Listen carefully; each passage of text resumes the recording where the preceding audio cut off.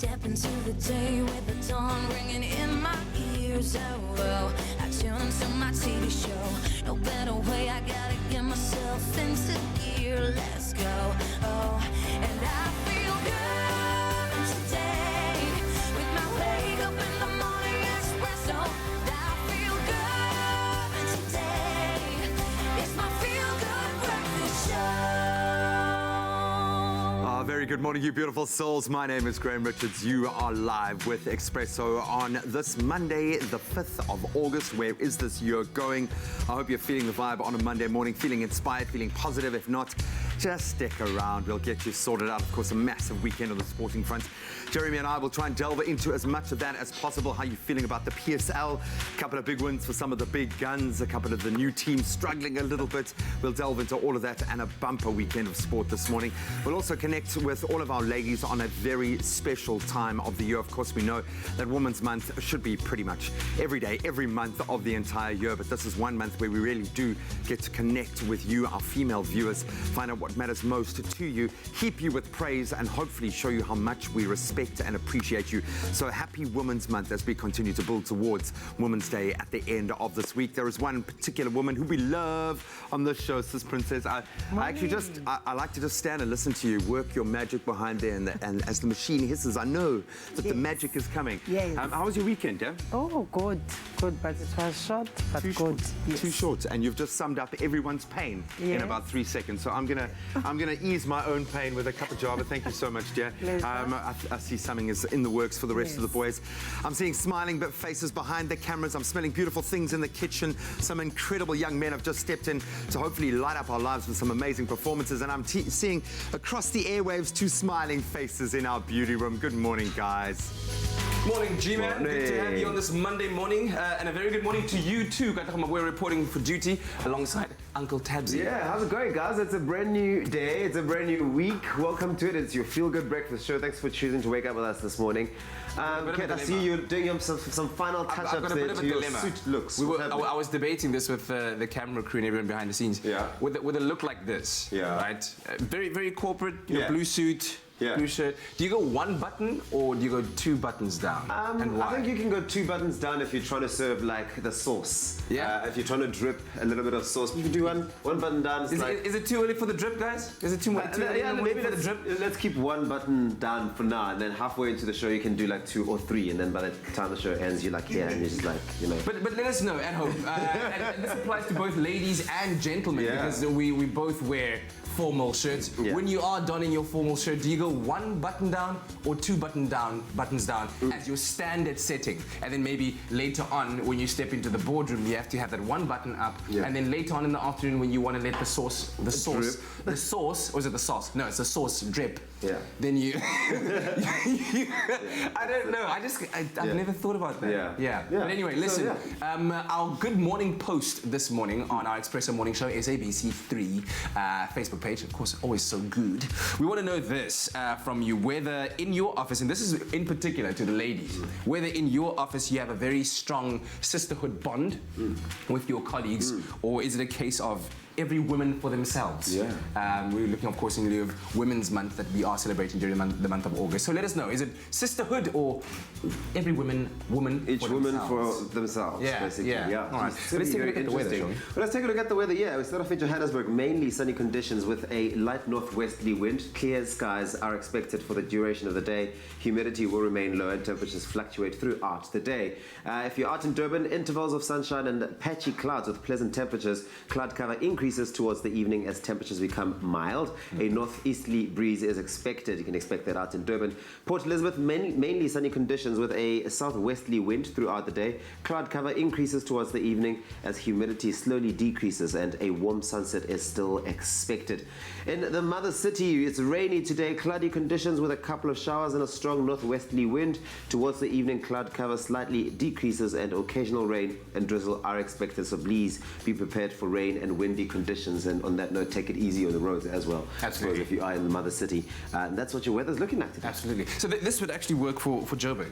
Oh yeah, this is perfect. Sunny conditions, like it's even light, nothing on the inside. Yeah. Purely the jacket. You could take it. Joburg, on, PE, off it, you off can it, land off. there anytime and fit in. And that's more Cape Town. This is definitely, I feel it. Yeah, that's definitely more Cape knitwear on Town. the inside. Yeah, that keep it always keeps warm. the core of the body slightly warmer throughout the day. Yeah. Yeah. So let us know how are you finishing off your look today?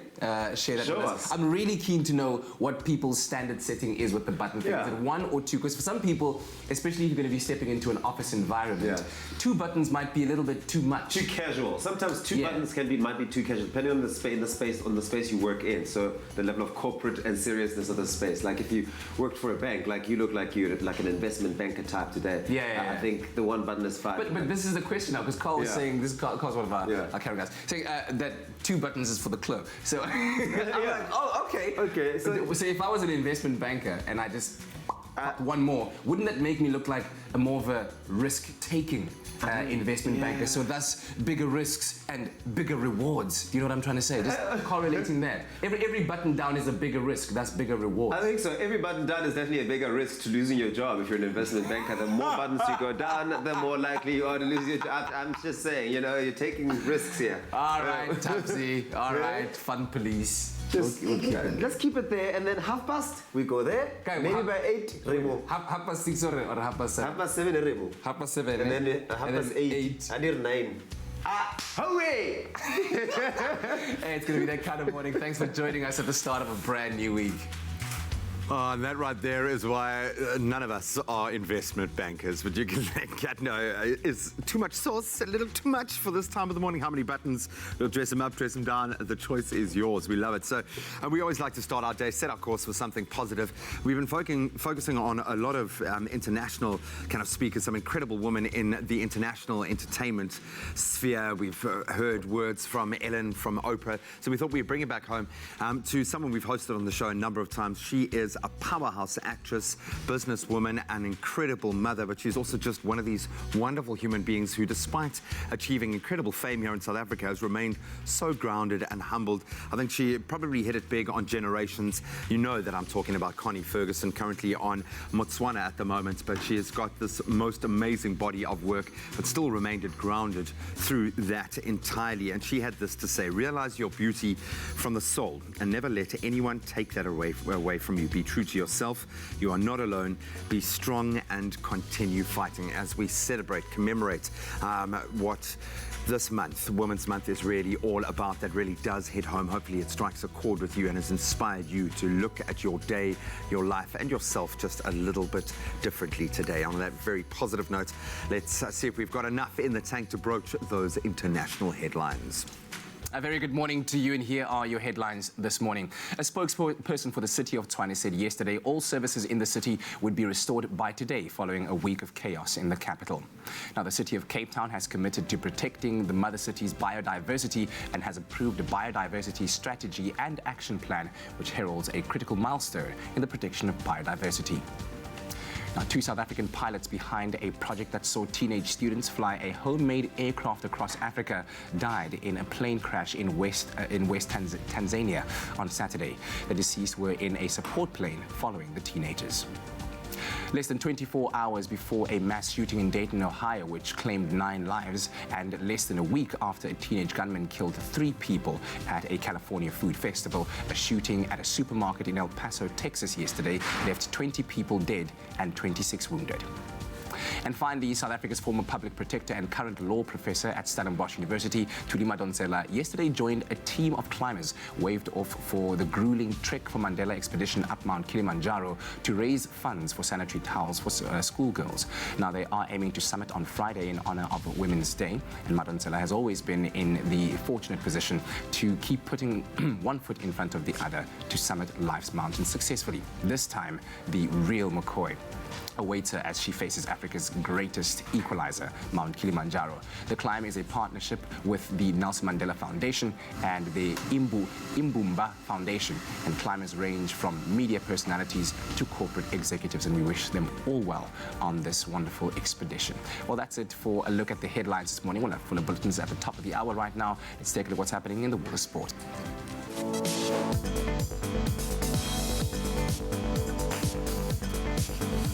So, counting the costs after a hectic weekend in the world of sport, let's start with some good news for South Africa. The South African swimming sensation Tatjana Schoenmaker claimed 2 gold medals and 1 World Cup record at the 2019 FINA Swimming World Cup in Tokyo this weekend. On the tennis front, after taking, or national team's front at least, after taking Bafana Bafana to the AFCON quarterfinals last month, coach Stuart Baxter has now resigned from the job despite having 3 years left on his contract, while Protea coach Otis Gibson and his entire coaching team and management staff have all lost their jobs. Considered that was entirely unexpected. On the footballing front, Man City won the FA Community Shield on penalties after edging Liverpool in a very entertaining match in front of a packed Wembley Stadium in London yesterday. And in motorsport, reigning Formula One champion Lewis Hamilton won his 7th Hungarian Grand Prix after overtaking Red Bull's Max Verstappen near the end of the race to extend his championship lead. But plenty more sport to delve into. Jeremy Harris is here to do just that, so stick around over the first hour.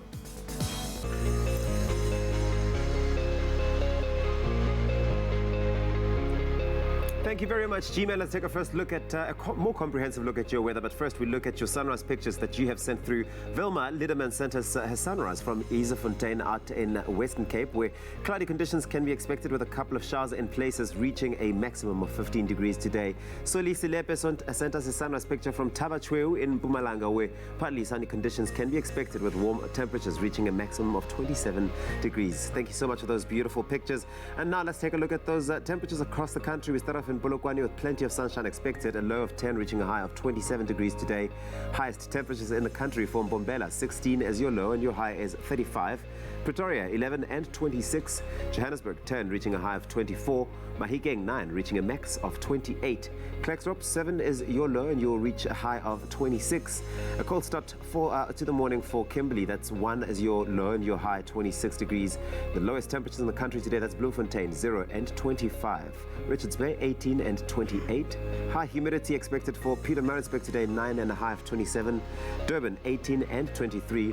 High humidity out in Mthatha as well, 2 reaching a high of 26. East London, 11 reaching a max of 22. And northwesterly winds traveling at 20 kilometers per hour. You can expect those out in Craddock, 0 is your low, your high is 26 degrees. Port Elizabeth, 10 and 20. And if you're out in George, 11 and 21 is 21 is your maximum. The northwesterly wind traveling at 20 kilometers per hour for Sutherland, 0 is your low and your high is 12. Cape Town expects some showers, a couple of showers expected. 12 is your low and your high is 15. An occasional drizzle for Worcester, 8 and 16. Springbok, 3 reaching a high of 17. And lastly, Appington, yours is 3 and 24. That's where we leave it for now. Remember, we want to see those beautiful sunrise pictures. Get them through to us on our Facebook page, Expresso Morning Show, SABC3, using the hashtag Expresso Show.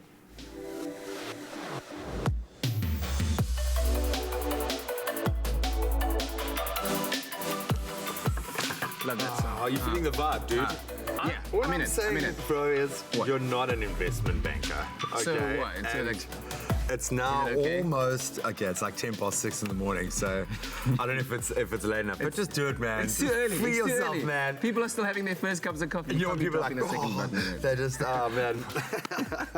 All right, so it is, as you said, going to be one of those kind of shows. So let's start it on a fast and a furious note. Why don't we? Yeah, listen, we certainly do love it when our South African-born global superstars remember to bring the love back home. And so with the release of Fast and Furious, the film franchise's new spin-off film, Hobbs and Shaw, this past weekend, our golden girl, Charlize Theron. Sorry, that's my fault, dude. Charlie, yeah, you planted that seed and it landed. That is, ladies and gentlemen, that is Charlize Theron. She announced that she has officially been bitten by the need for speed, and she's producing her first game/reality competition called Hyperdrive. Now, this is going to be releasing in August of 2019, on the 21st, and it features elite street racers from around the world who will test their limits in supercharged custom cars on the biggest, baddest automotive obstacle course ever built. I feel like I should have been the voiceover artist for that promo. Now, Charlize shared the news of her new show on Instagram, where she wrote, "I've been wanting to get into the reality/competition TV game genre and for a while, and I'm so excited to present to you, and I'm producing this. It's basically the Fast and the Furious meets American Ninja Warrior." What? And in my biased opinion, it's pretty badass. This is what she said. Now, what's very exciting is that one of the featured professional professional tire burners is local spinning wunderkind Stacey Lee May, who's been making a name for herself on the local and international spinning scene over the past few years. So May has blazed a trail for herself in this male-dominated field, and at such a young age, of course. And Thron says, or shows her appreciation by adding in that post. And I got to drift with a fellow South African, so that's a bucket list item I can happily cross off. Sounds amazing, doesn't it? It's what is Chalice running out of out of money? No, I mean, come on. I think she's got a lot of it. That's why she's pumping it into this. This has got to be one of the coolest reality show concepts, because you think that maybe the market is overstimulated for cool reality shows, And it isn't, eh? No, it's not. It really isn't. How has no one done this before? This has got to be one of the coolest things ever, and to have that South African connection. Yeah. Gordon Absolutely Ramsay love has it. a new one. I don't know if you saw like all the promos about, like, he goes to all like the extreme destinations you might think of going to, like, you know, the Inca Trail, for instance. And then just cooks insults there. people. Well, Insults people to I don't know cook. if you'll get away with that, but like, yeah, definitely not exhaustive ideas. Oh, man. Ideas are not exhausted. There's still so much more for us to get out of this world. Eh? Like a cup of coffee. Sis Princess, please. I need my first cuppa. I need my first cuppa. Oh, Princess, Thank you you very much, are Princess. you are a queen. Thank you so I much. need to ask for your opinion, though, Sister Princess, because I know that when it comes to your 100% Arabica beans, Yes. you're keeping it 100. When it comes to the button thing, it's my dilemma today. Should I have one button down or two? One. Why? He's not Yes. 999 years old, working Why for his isn't it? father's insurance Why? brokerage. Please, no. With all due respect, I'm so sorry. There's probably some incredibly cool cats working in insurance right now, looking at me like, dude, Oh, man. come on. Oh, man. Sister Princess, you know what? Thanks for the coffee. Okay. On that note, you let us know. Head on over to our social media pages. We're having fun with the conversation, but it was actually something that I was really thinking about. Was it a this serious morning. question or It was a serious I'm question because I sorry, was looking in the I'll- mirror and I'm like, I really want to complete this look and I didn't know how to finish it I'll off. try to take it a bit more seriously. I'm sorry. Please do. Thank you. We'll take a break. See you now. Only the highest grade Arabica beans. McAfee, great coffee, simple. See you after the break. Only you can make my day.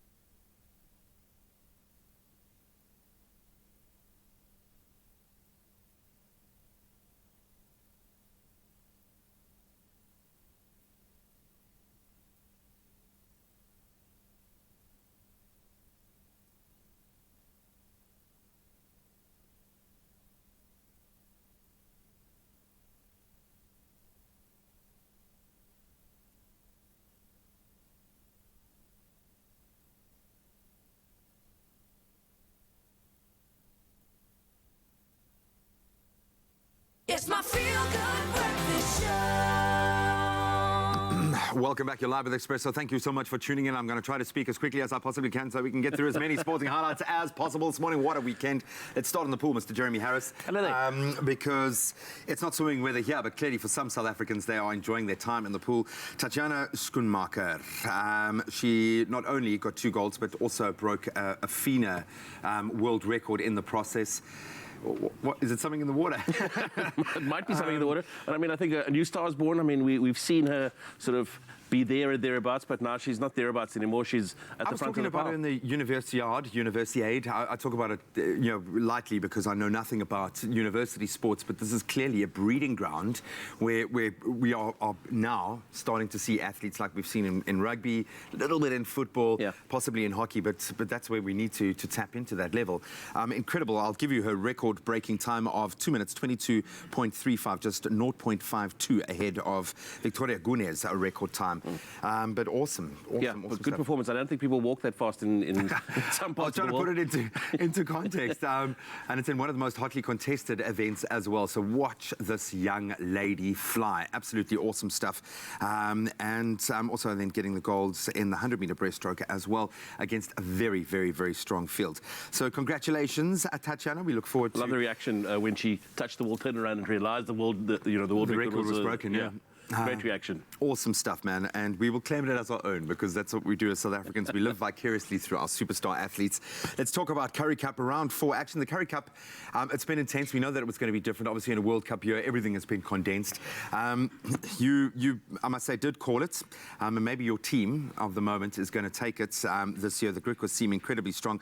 Where should we start? Maybe with the failure of the Bulls or the success of Griquas? How do you see that? I think the Griquas have shown really good, sort of pre-season form. They've come into it, and I like the look of them even before the first, the first whistle from the very first game. They went down to the Cheetahs last week, and they came back. It obviously wasn't part of something that they had planned for, and they came back and returned themselves to the top of the table. Do you see the complexion of this tournament changing as more players are released back into the fold? We know that there's a lot in the works, and we often see the Currie Cup changing dramatically in its latter stages as the Springboks come back to pretty much the line. And that's normally what happens. Normally you've got the guys who are sort of the unsung heroes doing all of the hard work beforehand. The Boks come back after Rugby Championship and sort of make a difference, but it's also difficult for them to slot into a team setup where the guys have started to get to know each other well. Clicking, yeah, very much so. So it's always a sort of a balancing act that the coaches have to work through. The Lions, all about that second half performance. You got to feel for the Cheetahs, who could be one of the front runners this season, but the Lions, they showed an enormous turnaround in that second half, but they're still not quite where you would expect them to be. There's not all 6 cylinders firing there at the moment, but if you're playing like that and still coming away with the win, well then you're going to have something to smile about. So they're still going to be there, sort of there and thereabouts come playoff time. And then finally, Pumas, Sharks. Where are the Sharks? So you look at that Sharks side, and they are star-laden, even for a Currie Cup team. Yeah. There's some Springbok names in there. They should be performing better than that. Absolutely, should be doing a whole lot better. And I think you've again got to give credit to the smaller unions and the smaller teams. The Pumas really did well in that second half. So I mean, you can take nothing away from a team that's playing well for all 80 minutes. So the game is 80 minutes long. Play for it. Are you listening? I'm sure the coach said something pretty similar. So the Cheetahs going down to the Lions 22-24. Pumas Sharks 27-20. There to the Pumas Bulls going down to Griquas 15-37. What a message. All right, the PSL, it's back. We are finally able to scratch our footballing itch, and it's going to really ramp up. I think no major surprises, or were you mildly surprised that Chiefs won this weekend? I say that with all due respect because they've had a bit of a rocky 3-4 years, 5 years. I didn't look good for them at one point, even in the build-up and certainly during the game. I really thought there was a potential, L coming against their name, but they came back and well done to them. And if that's the way that they're going to sort of graft out a win for the season, well, I think the fans will take the 3 points anyway they come. It's been a period of time. The coach will take the 3 points. It's been a period of time for them where they haven't been able to get the 3 points in the bag, and so they'll take those 3 away on the road and happily go back to camp. Mamelodi Sundowns, probably the biggest fixture of the weekend up against SuperSport. 2-0 victory there. Wow. Sundowns are the pace setters, have been the pace setters. What a statement. What a Probably statement. will be the pace setters Yeah, again. yeah, absolutely. I mean, Pirates also came away with that win, which will again make the two of them very much sort of going head to head, through the season. And I think probably Cape Town City will be disappointed with the fact that they were 2-0 up, looking good, and then coughed up that 2-0 lead to come away with just 1 point. Well done to Stellenbosch. They get their first point in the PSL. Absolutely, up well against done. Super. That's awesome, man. What an incredible story there. Just very quickly, pretty much one team, it looked like, showed up for the The Community Shield. yeah. Lots of rust clearly from a Liverpool perspective, and there you're getting a goal. David Silva kind of chipping. It looked like beach football to see Raheem Sterling score. They did ultimately win it on penalties in the end, but City looked pretty good. Yeah, so they did look good. Liverpool looked like they were maybe still Pre-seasoning it. still trying to work out exactly what the kit colour should be. Hey, Yeah, hey. a little bit of shade, yeah, but that's it. Okay, so that's just like some of the stuff that went down this weekend. So we're gonna get into some of the Formula One action as well, and I'll also get your opinion on every national coach either resigning or being fired. Rusty, you're safe, buddy. You're safe for now. We still got the Rugby Championship to wrap up. Jeremy Harris, love you, dude. Thank you, bud. Yeah, Jeremy Harris is a couple of scousers waiting for you outside the door of the studios. Good luck. Now, with the 2019 Rugby World Cup just over a month away, the excitement is truly starting to build, but so is the pressure. And of course, over the last few weeks, South Africa has proven to be a side to be revelled with. You've seen them beat the Aussies. Yeah. You've seen them draw against the All Blacks. Good form thus far. Hopefully, it carries us into a good World Cup. Well, listen, if you are the Outward Bok fan and want to follow the Boks to Japan to watch them play front and center, then Nedbank and MasterCard are making this reality possible for their card holders. Swipe, tap or scan on a purchase of more than 700 Rand and you are automatically in the running to win one of 9 experiences to the World Cup, including all flights and accommodation, plus a guaranteed seat in the final game. That is just a major prize. That's huge. That's the massive. kicker. A That's just like, yeah, guaranteed seat in the finals. Wow. Yeah. Okay. Plus, leading up to the World Cup, Nedbank are also offering their card holders a chance to win this weekly hamper valued at 3,000 Rand, which includes pretty much a collector's item Bok jersey. And all you have to do is SMS the keyword Nedbank and your name to 33728. Now, we have 8 of these to give away, so get SMSing and get SMSing now. Yeah, if you're not a Nedbank card holder and you want to be part of this action, then head on over to nedbank.co.za/bucket list, where they've made it really easy for you to find the right account and get signed up today. Remember that T's and C's do apply and can be found on expressoshow.com. Good luck.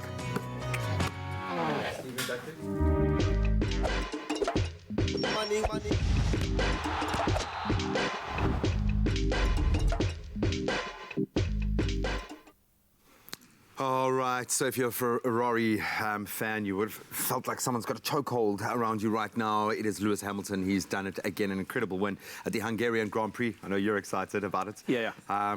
We are going to be chatting about that. You can see in just a moment. We're going to take a quick break. Go and recharge your coffee cup. We'll see you in a moment. Only you can make my day.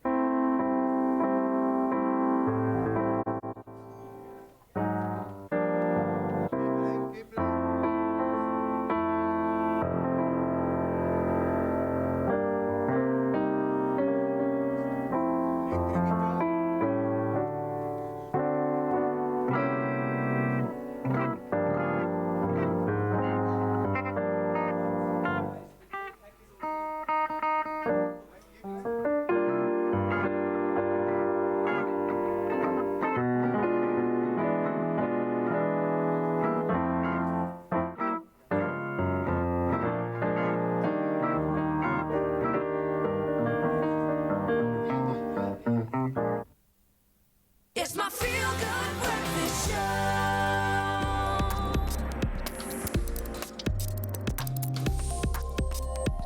Hey, it's a Monday morning. Welcome back to it, your Feel Good Breakfast Show live, large and in charge as we start a brand new week. And of course, when you hear that music, you know we're about to talk tech, and Brian Smith is in the house. Now, this story sounds terrifying to me at least, but researchers from Facebook have announced their progress in developing a headset that, when worn, might be able to read thoughts and translate them into text. And yeah, Brian is here to try and explain why would Facebook even be trying to do this.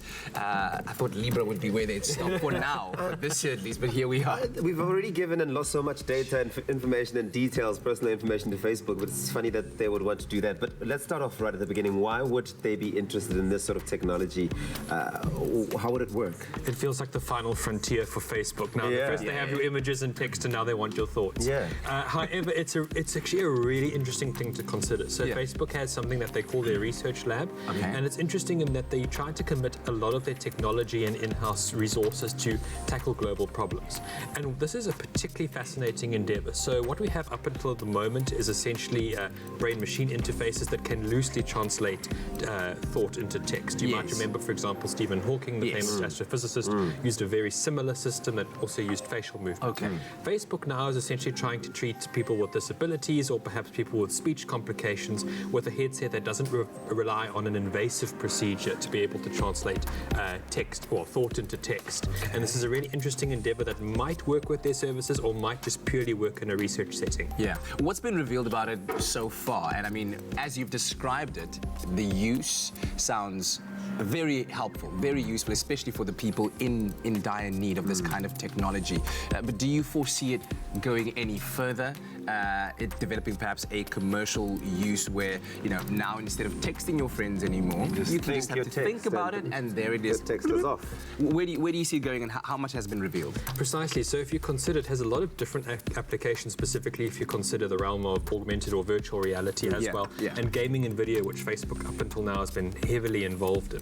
The most exciting part of this, I feel, is that up until now these systems have been invasive. So you've been required to have some form of surgery to install an implant that can read electrical impulses from your brain. Facebook is actively working towards a non-invasive solution. And what I mean by that is they're actually working on a system that would essentially work akin to wearing a pair of sunglasses that could essentially analyze your blood sugar levels, a variety of different statistics, all by infrared. So it would be as simple as wearing perhaps a piece of headgear or a wearable itself, instead of having to have surgery to connect yourself to the internet, so to speak. Wow. And apparently can also analyze your voting preference. We won't go into that one. Okay, privacy. I mean, that becomes a very important thing when you start going into this sort of that realm.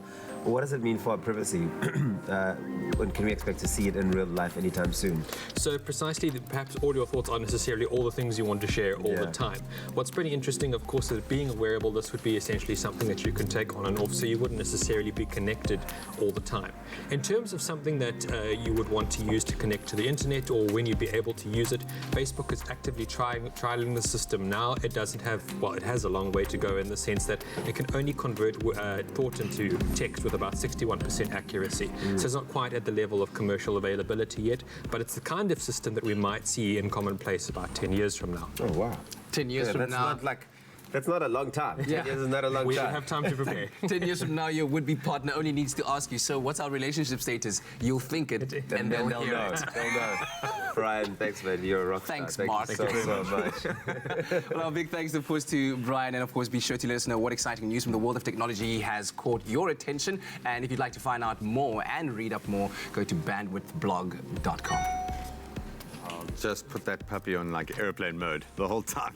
Just don't show my thoughts to the world. Or you don't have to be a mind reader to think now that Lewis Hamilton really does have that stranglehold on the world of Formula One right now. Of course, he netted his seventh Hungarian Grand Prix. He has probably broken just about every record that there is, and he's only just getting started. He is an incredible driver, and of course, has an incredible team behind him. Jeremy Harris, after the shock and awe of the German Grand Prix, where we saw the crashes, we saw some incredible strategy playing out, and Hamilton did get a point or two, I think, ultimately. But it was Ferrari's weekend. This weekend, not so much. Can you sum up this event for us, this race? Because it felt like a race within a race. Yeah. But he just pipped Verstappen to claim a very, very good win in the end. Look, I think it was experience that sort of won the day, if you like, because the team, the Mercedes team, got Lewis in earlier than Max did, and you know, from there it really was a case of Lewis being able to drive more confidently. Medium tyres gave him the edge eventually over Verstappen, and you know, as much as Lewis is able to drive fast, he's also able to save his tyres. At the moment, Max is able to drive fast. Experience will get into a space where he's able to save his tyres. He's not able to do that at the moment. He's not. He just doesn't have the experience. It's new ground. It's new ground, absolutely. New ground. And so we'll talk about Max Verstappen later on as being, you know, a top driver who is able to nurse his car through difficult situations in a race, and Lewis is at that level already. So that's what got him through and across the line. Really good drive from Lewis Hamilton. He's a champion, man, and you know, love him or hate him, he's one of those kind of old school champion stereotypes now, where he's got the ego, but it really is warranted, and he does seem like a fantastic guy. So if you're watching Lewis, man, we dig you, dude. Okay, but to take nothing away from Max and from the Red Bull team, that you would think that the two teams in play here should be Mercedes and Ferrari, but the actual Ferrari team, not the Ferrari that's got an Aston engine and a... Yes. Yeah, I say that with zero understanding of what's actually in that Red Bull car, but they must be so pleased with Verstappen's performances. In fact, a lot of the young drivers putting their hand up. Leclerc, we know, had a bit of a disastrous run. Carlos Sainz. Yeah, I mean, Carlos Sainz will be very happy with his performance, and I think, you know, a special shout out to him, because he... If you're watching, yeah. Also a good result there. But I mean, his fifth place finish is his best finish out at the Hungarian Grand Prix, and also in the last, I think it's last 5 Hungarian Grand Prix, it's McLaren's 4th top 8 finish, so they'll be happy with his performance as well. So a really good run for them, and it's one of the less fancied teams that's putting their hand up and making themselves known. It's heartbreaking when you look at the McLaren history as well, but the fact that we've spoken about them almost every week, at least in some way, is awesome. Sebastian Vettel, I'm trying to teach myself, train my brain not to talk about him like he's this has-been underperformer, because he's a champion, proven champion. He has the pedigree. He showed it last weekend with an incredible driver in unbelievably difficult conditions. If he's there and thereabouts on the podium, is there any hope for the man? Look, I mean, I think it's fair to say he's got a T-shirt that says "Most Frustrated Driver in Formula One," because and his owners have one that says exactly the same. Exactly the same, yeah. Absolutely. So I mean, he is definitely has been. I think his car needs to now perform, because he showed 20th on the grid last week to finish 2nd. Really good drive with lots of skill in there. So he is not done by a long way. Where is Ferrari? What is going on with the Ferrari this year? We know it's an incredibly fast car. They've got 2 incredible drivers. Leclerc has been one of these kind of wunderkind kind of stories, and yeah, he's a world champion in the making. That's definite. You know, can that work against them, having 2 incredible drivers that aren't on the same page? When you look at Bottas and Hamilton, very much are on the same page. They're being allowed to push each other, but also, is it just luck of the draw? How do you look at wrap the your end? head I think around at the it? end of the F1 season, the 2 Ferrari drivers will be sent off to an island holiday, and they'll have a fantastic time together. Whereas the technical team from Ferrari maybe will be sent to Siberia, because it's not been a great year for them. They've had technical problems. Apparently, a new power plant in the car, but just not delivering. So somebody needs to work out where to put that extra spark plug, because it's just not firing just yet. Not just yet, but clearly everything is happening in the right way for Mercedes. Yeah. Not for Bottas this weekend, but he has had an incredible season. Jeremy Harris, we covered a lot, man. We did well. Covered a lot. You deserve a holiday on some island. But hopefully you guys have been inspired. Which PSL team in particular are you supporting this year? Where is your blood at? Who are you most pleased about winning this big weekend in the sporting front? Let us know on our social media platforms. Only you can make my day.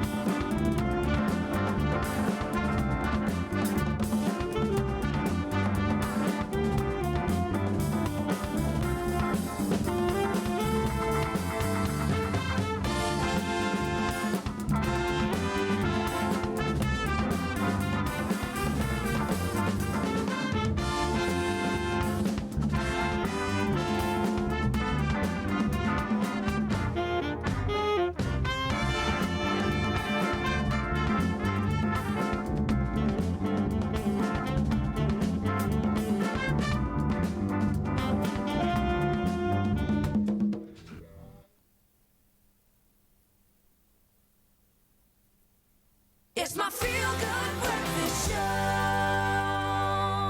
Welcome back to your Feel Good Breakfast Show. Happy Monday to you, and thank you so much for joining us at the start of a brand new week. Very, very excited. You should have seen me just now during the sound check in the ad break. I was all over this dance floor because the Sax High School Big Band is here, and they've got a very special performance coming up on Wednesday in celebration of Women's Day, a great fundraiser. And we're going to find out about that from... Oh, there we go, gents. You guys are sounding absolutely amazing. Conductor Maestro Dan Shout joins me on the couch, man. You must be very proud to be conducting these young men over here. Absolutely. These are some of the most talented young guys I've worked with in my whole career, and you're going to hear them just now. So, and that's saying something, because you've worked with some pretty talented people. I have, yeah. But they work very hard, and they've got a great music department at the school, and they've been doing it for many years. So they're turning out some great young guys. And over those many years, the band has turned out some very talented people. I'm actually surprised to read that members of Good Luck were part of the Sax High School Big Band. Jeremy Loops. That's right, the drummer from Jeremy Loops. Devin Jones is from the Sax, he's the Sax old boy. The late, great Johnny Clegg? Well, I played with him, yeah. He's not a Sax old boy, but I am, and I played with him for 7 years. We got guys in the Rudimentals, Hog Hoggity Hog, Seventh Son, Grassy Spark. So the Sax Old Boys have infiltrated all of the bands around Cape Town and even South Africa. So that's saying if you want your son to be a brilliant musician, you know where to send him, kind of thing. Absolutely. That's Brilliant. the vibe. So tell us about how the band came about, though. So, well, the Sax band has been going for probably almost 4 decades or so, the big band, because they've got several different bands there. It's actually the reason when I was a little boy growing up in Namibia that I applied to go to Sax. It was to do the music there. But it's not a music school. They also do rugby and a whole bunch of other stuff. They just happen to have a really good music department and have for many years. So. That's amazing, man. And so here you are right now, working with these young men. What does a typical rehearsal week look like for you guys? How intensely do you put in hours of preparation to be that very, good? very busy schedules, as you'll see from the band. There are a lot of sportsmen in the band. They're rugby players and they're academics. They're guys who are winning maths Olympiads. So we have to rehearse 3 times a week in the morning at 7 a.m. So this is early for them, a little bit earlier than normal, but not too bad. They'll be all right. So, big band at 7 o'clock in the morning will wake you up, that's for sure. In about 20 minutes' time, you're going to start a band rehearsal anyway. And so with the celebration of Women's Month, on the 7th of August, which is now on Wednesday, you've got a very special show that you're putting on. That's it. So basically, like I mentioned, there are a whole bunch of Sax old boys who are all professional musicians.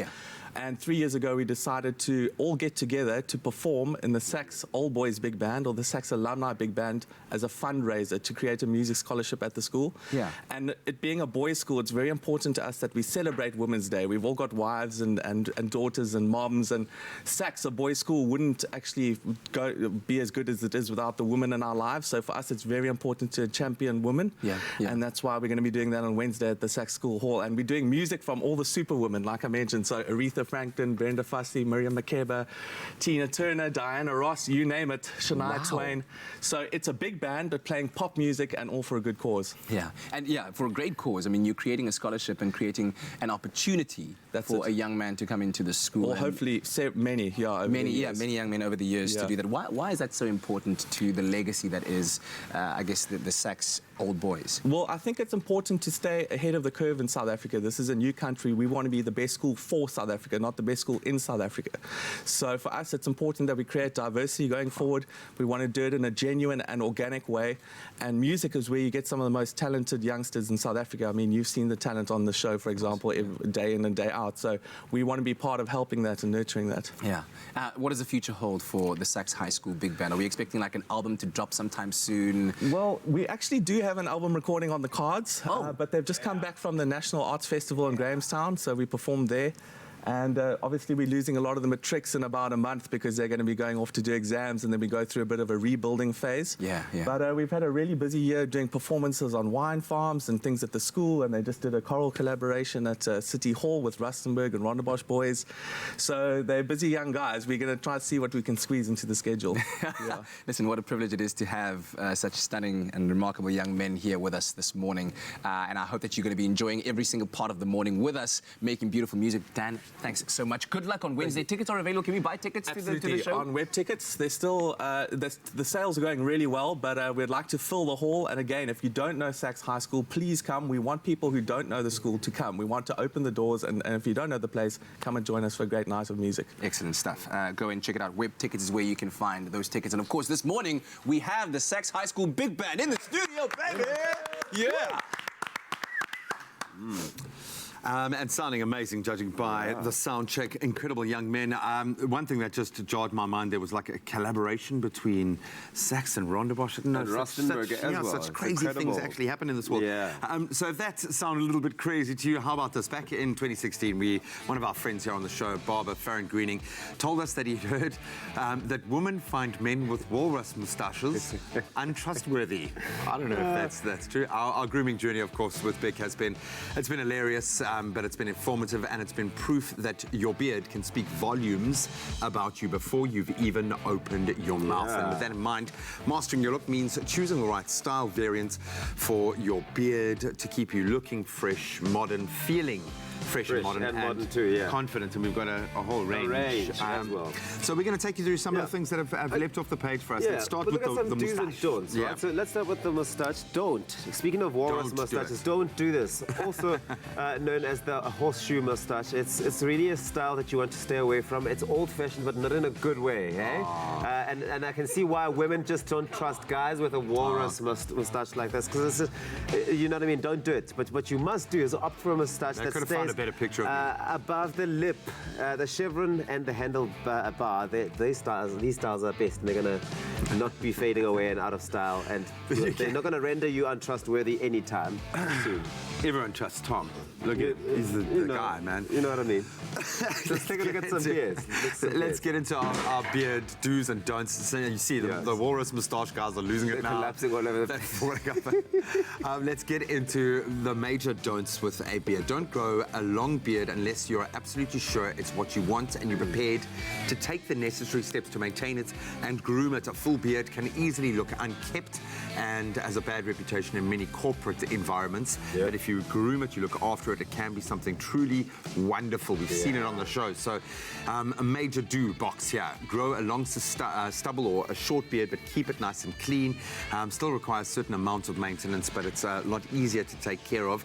It fits easily into the different facets of your lifestyle. Very much, I think, where a lot of our grooming has gone now, it's about that. If you're going to have a beard, groom it's a it. lifestyle. Groom it. It's also, it's about fitting into your lifestyle. Let's talk about the goatee as well. You know, the goatee is ready to be redefined. It's popped up at many different points in history, from Shakespeare to Johnny Depp. There are so many different kinds and styles to try, from simple extended goatee to the super arty imperial. Take this style and make it your own. Give it a new beard reputation. Let's go out there. Let's rep it for the guys with the goatees and give it a new reputation and a new meaning and a new life. You've done that already, man. Thank you. You've brought the goatee into front and center. So whatever beard style style you choose. Rest assured you'll be able to master your look with Big Flex's line of premium disposable razors, their comfort line of shaving cream as well, with nice hydrating aloe vera thrown in the mix. And remember, if you purchase any of the Big Flex razor range and WhatsApp a copy of your till slip to 082-255-3706 right now, you could instantly win yourself a 1,000 Rand Superbalist voucher. Very nice. That's happening up until the 12th of August. So the clock is ticking, but you can find all the terms and conditions on expressoshow.com. That number again, 082-255-3706. Good luck.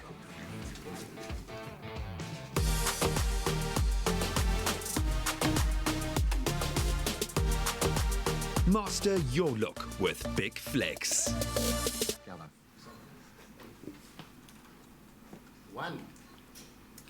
All right, as you now know, the Sax High School Big Band is in the studio to entertain you on this Monday morning ahead of their big show coming up this Wednesday. Tickets are available on Web Tickets. Go and get them. They're supporting Women's Month, and it's all about the music that they are making this morning. It sounds something like this. 1, 2, 3, 4.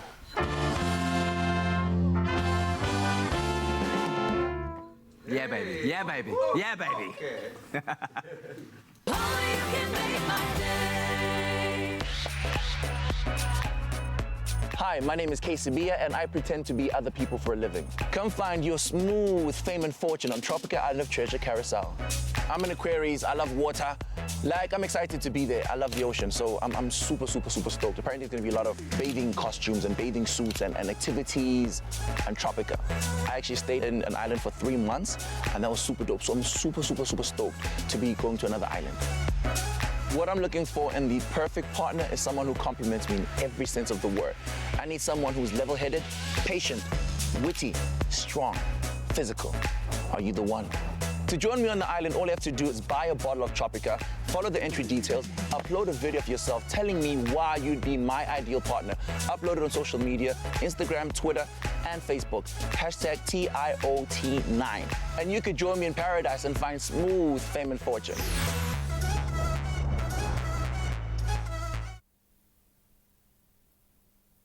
Cool. We can go, guys. 1 minute. 1, 2.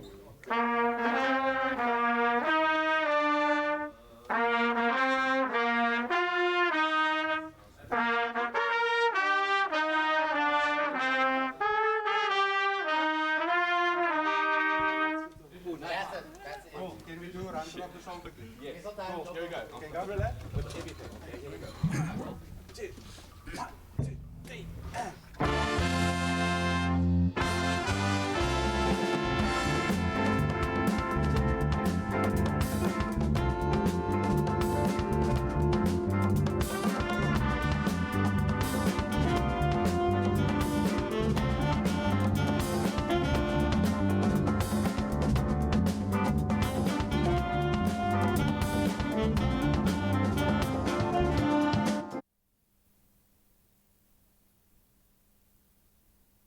It's my feel-good breakfast show.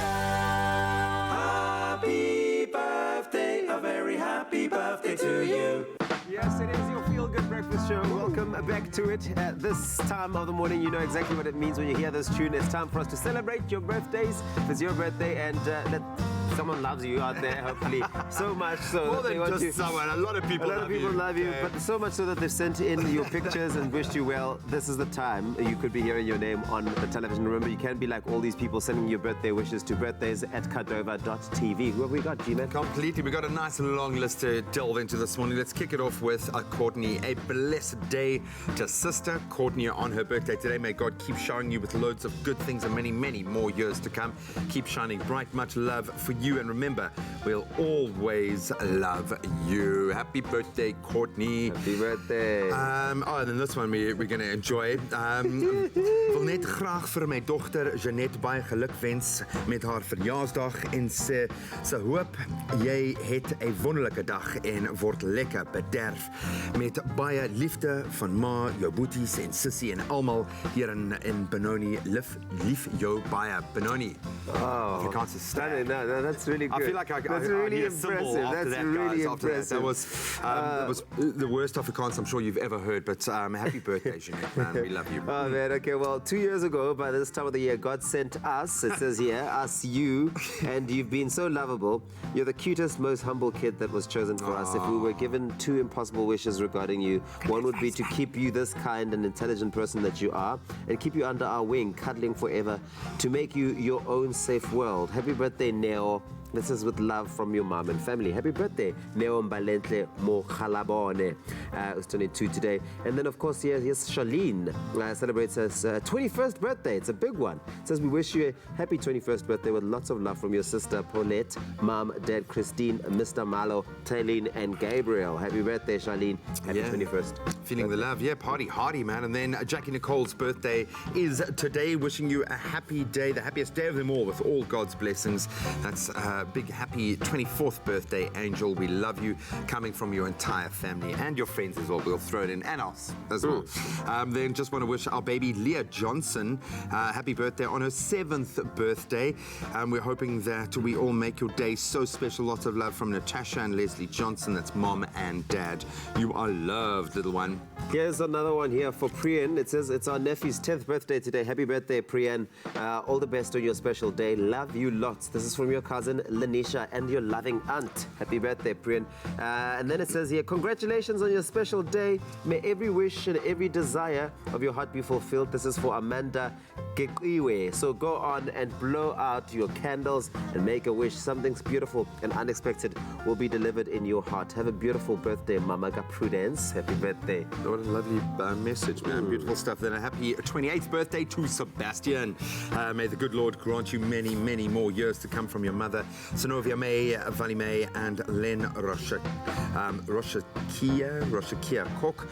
Enjoy your day. Love you lots and lots. And then finally, a happy 7th birthday to our beautiful model, Ohlotse Modise. We love you, Nana. Have an awesome one from Granny Magdalene and Granny Matselane. Oh, she is a stunning little model. Look at her. She's just serving, face serving, poses, serving it. You know what? All the way. I feel a song in my heart, and it's not every day that you have a big band just rocking in your studio. Gentlemen, can I please get a happy birthday?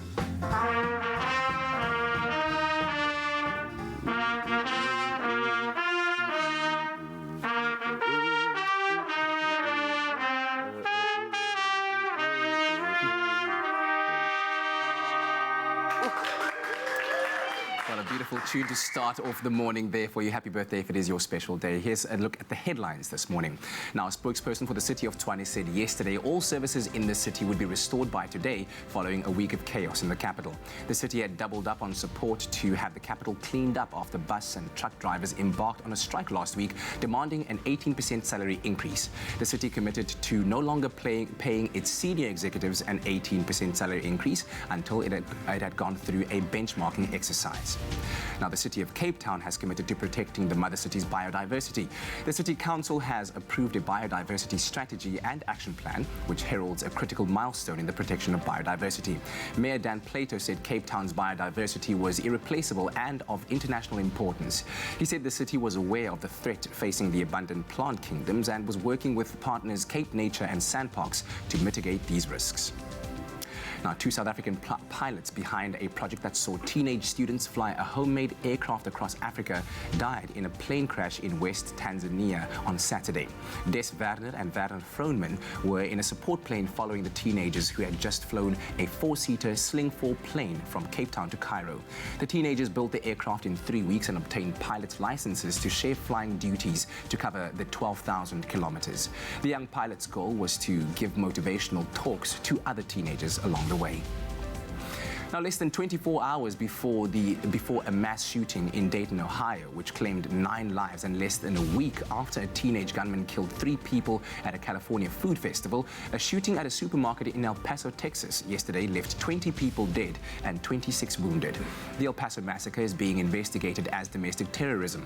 Police arrested 21-year-old Patrick Crusius, who is believed to have written online documents expressing white nationalist and racist views, and called the attack a response to the quote-unquote the Hispanic invasion of Texas.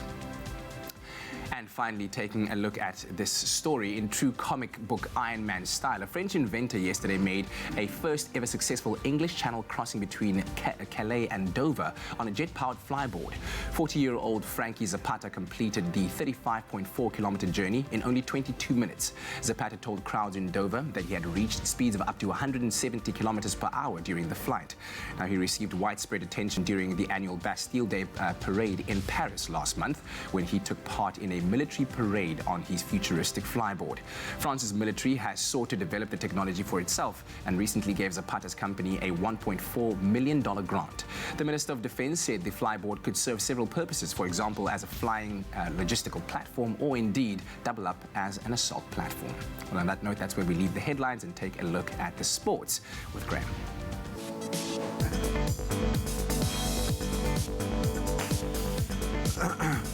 Let's start on a very celebratory note this morning. South Africa's Tatiana Schoenmaker claimed 2 gold medals and 1 World Cup record at the 2019 FINA Swimming World Cup in Tokyo this weekend. Schoenmaker bagging the gold medals in the 200-meter and 100-meter breaststroke events. She also put up a new World Cup record in the 200-meter event, shedding 0.52 seconds from the 2015 record time. Then massive shockwaves through our national teams. After taking Bafana to the AFCON quarterfinals last month, Coach Stuart Baxter has resigned from the job despite having 3 years left on his contract. That while Proteas coach Otis Gibson and his entire coaching team and management staff have all lost their jobs.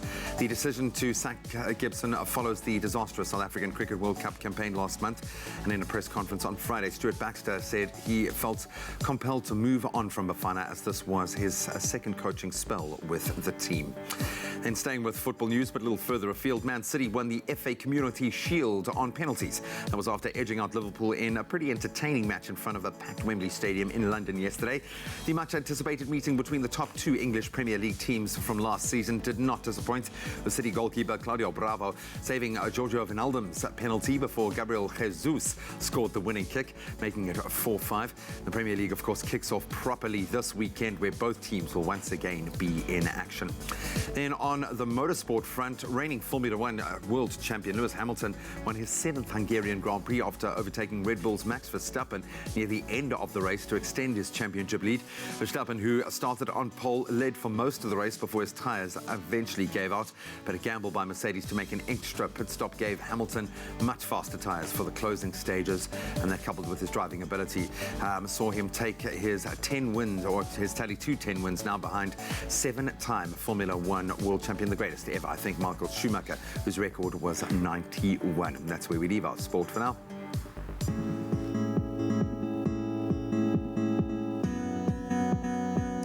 Thank you, G-Man. Let's take a look at your roads, but first a bit of a petrol price update. The price of petrol is set to increase by 11 cents per litre, costing you 15.92 Rand per litre.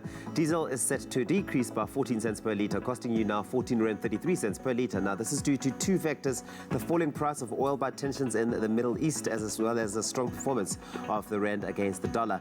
And now we take a look at the roads. Starting off in Gauteng, out in Midrand, there has been an accident on the N1 southbound before Samran Road. Heavy congestion can be expected approaching the scene. Please be patient on the roads this morning. In the Western Cape, in Delft, on the N2 inbound, there is stationary vehicle before the R300 turnoff, obstructing the ramp lane, so please approach that area with caution as well. And off to the trains, there are TFR signalling restrictions between Belleville and Brackenfell. Infrastructure problems in various areas, speed restrictions, as well as sets out of service. Delays of 20 to 30 minutes can be expected, so please be patient and take it easy on the roads. That's where we leave it for now. Don't fear the flu. Boost your immune system with Effaflu-C Immune Booster by Pharmadynamics. Effective, affordable healthcare. And now we take a look at your weather, but first we've asked you to send in your beautiful sunrise pictures, and Nancy Govender sent us her sunrise from Paddington in KZN, where mainly sunny conditions can be expected with pleasant temperatures reaching a maximum of 22 degrees. Fatah Khan also sent us her sunrise picture from Hillcrest in KZN, where partly sunny conditions can be expected with a warm temperature expected there, reaching a maximum of 24 degrees. Thank you so much for those beautiful pictures. Be like them and send them through to us as well on our Facebook page, Expresso Morning Show SABC3. And now we take a look at those temperatures across the country, starting off in Bulugwane, where you can expect plenty of sunshine today. 10 is your low, reaching a high of 27. The highest temperatures in the country, that's in Mbombela, 16, reaching a maximum of 35 degrees. Pretoria, 11 and 26. Johannesburg, 10, a high of 24. Mahikeng, 9, reaching a high of 28. Klerksdorp, 7 is your low and your high is 26. A cold start to the morning for Kimberley, 1 is your low and your high 26 degrees. Lowest temperatures in the country today, that's Bloemfontein, 0 and a high of 25. Richards Bay, 18 and 28. Expect high humidity out in Pietermaritzburg today, 9, reaching a max of 27 degrees. Durban, 18 and 23. High humidity expected from Mthatha today, 2 is your low and your high 26 degrees. East London, 11 and 22. And if you're out in Cradock, expect northwesterly winds traveling at 20 kilometers per hour. 0 is your low, you'll reach a high of 26 degrees.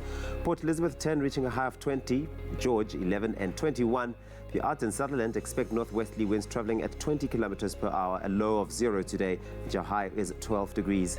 A couple of showers expected for Cape Town, the mother city. Is rainy today, 12, reaching a maximum of 15 rather. An occasional drizzle for Worcester, 8 and 16. Springbok, 3 and a high of 17.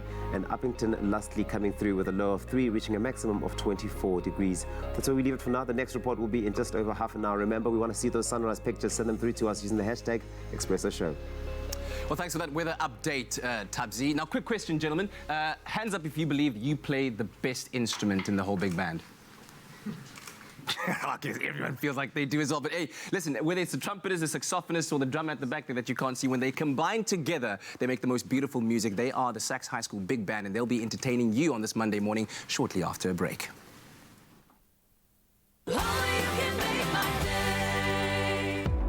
Get an insurance quote and stand a chance to win one of 6 Samsung S10 smartphones. Simply SMS the keyword funeral to 31492 for a callback and quote, and you could be a winner.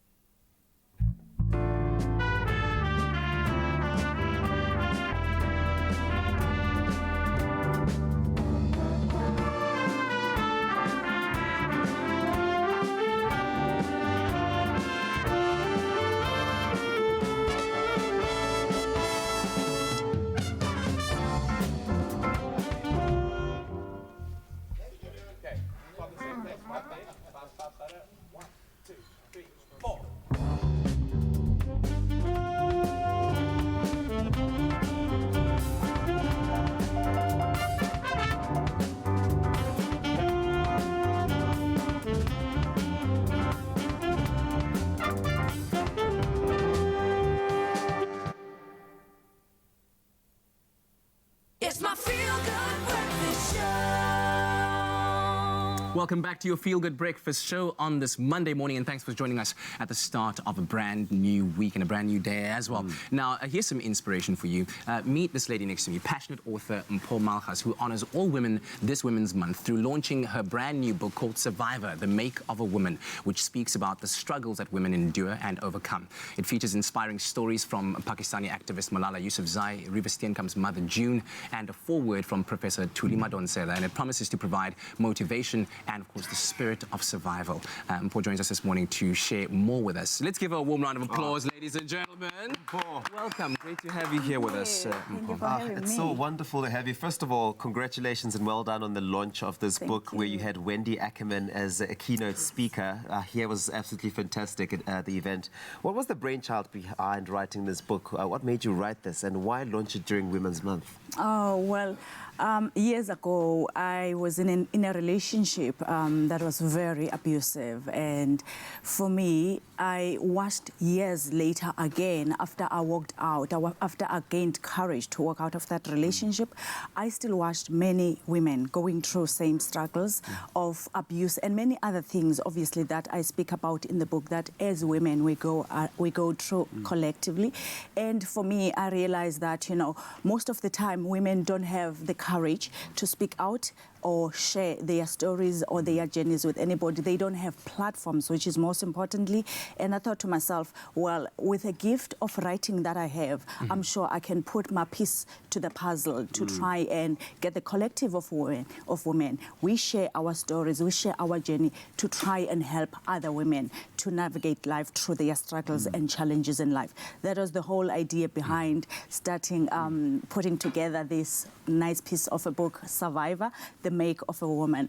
And the second question that asks why Women's Month, the reason is that when we started off the project with the team, we did a little research and we realized that many women across the country, when you talk of Women's Month, they only know that it honors women who marched to the union buildings during the years, and they don't associate it with them, yet it speaks to the core of womanhood. When I say to the core of womanhood, it means that the things that we go through on a daily basis as women. So that's what Women's Month is all about, the celebrations of the Women's Month. So for me, it was also to bridge that gap to say women must actually associate Women's Month with celebration of them being women and going through these struggles. That was the message we wanted to put across.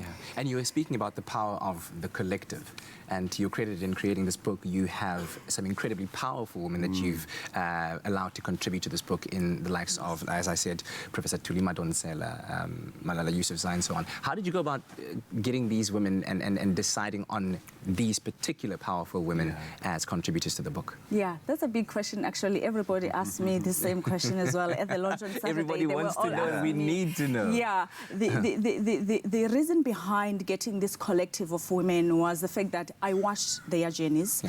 Their stories resonated with my journey, with my story, and I know with other women's journey and their stories as well. So I said I thought to myself, let me bring them on board because I wanted also to show many women who think that struggles are only meant for people that are down there. If someone is on TV, someone is successful, is a business person or hold a highest office in the land, don't go through struggles. This is the perception that we have. But I wanted to say to them, look at these women. They've been there, they've done that, and they've managed to overcome their struggles. They are survivors like you and I. Yeah. This is fantastic. So you've got a range of stories here by different ladies in the book, and they contribute to making it a full structure. What do you think that readers will be able to take away from each lady's story, each woman's story out of the book?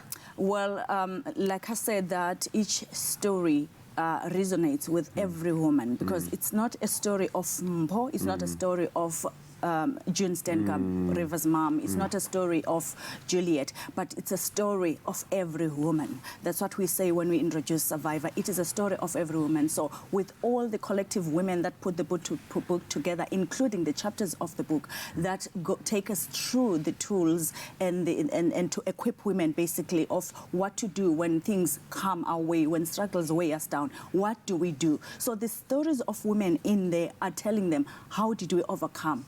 We speak of bullyism, we speak stories of discrimination, we're speaking survivors of divorce, we're speaking survivors of rape. So all the stories that are put together by the collective of women that have gathered to put the book together are giving us tools to actually navigate our lives in the struggles that we go through as women. And not just in the book, in a sense of giving a manuscript to women out there to navigate the difficulties of life, but you're also looking to make an impact in the lives of 100,000 girls, I understand. Tell us about how this book is going to do that. Yeah, so for me, it is something very personal. It's something personal in the sense that it's not something that I slept and I woke up, I decided, let me do something. Everybody is doing something about the challenge that we have in the country, in fact, in Africa as a whole, of these young girls that stay at home during their periods because they can't afford the sanitary towels. It's something personal to me in the sense that I've been there. I've been a rural girl who also didn't have an opportunity to have sanitary towels. So the story of these girls taught talked to my heart. It speaks to my heart. For me, it's not like I had something that I would give to these girls, but with the gift of writing that I had, I thought to myself, I'm going to get out of my comfort zone, do something about it so I can be able to keep the dreams of these girls alive. And this is the invitation I'm making to all other women that can be part of this journey with Survivor for us. So some of the proceeds from the sale of the book will Yes, go will towards go this to the- project, to the project, of yes. financing sanitary towels for some 100,000 girls. Beautiful contribution indeed. Mpo, thank you so much for joining Thank us. you for having me. And wishing you all of the best. And of course, you can go online and order the book. It is available from Friday the 5th. The 9th, excuse me. Friday the 9th of August, which is of course Women's Month. And you can go online and check it out. Also follow at The Make of a Woman. Yeah, do get yourself a copy of Survivor, The Make of a Woman.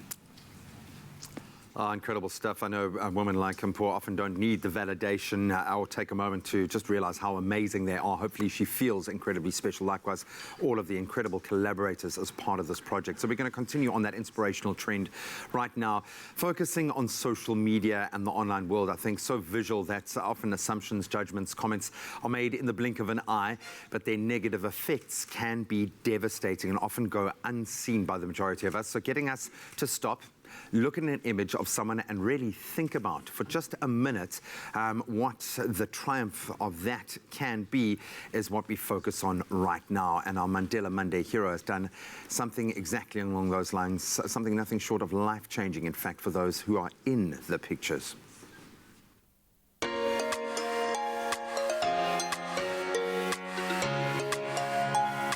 You Are Phenomenal is a non-profit organization owned and founded by Candace Lynn Christians, aimed at empowering women all over the world to become the best version of themselves.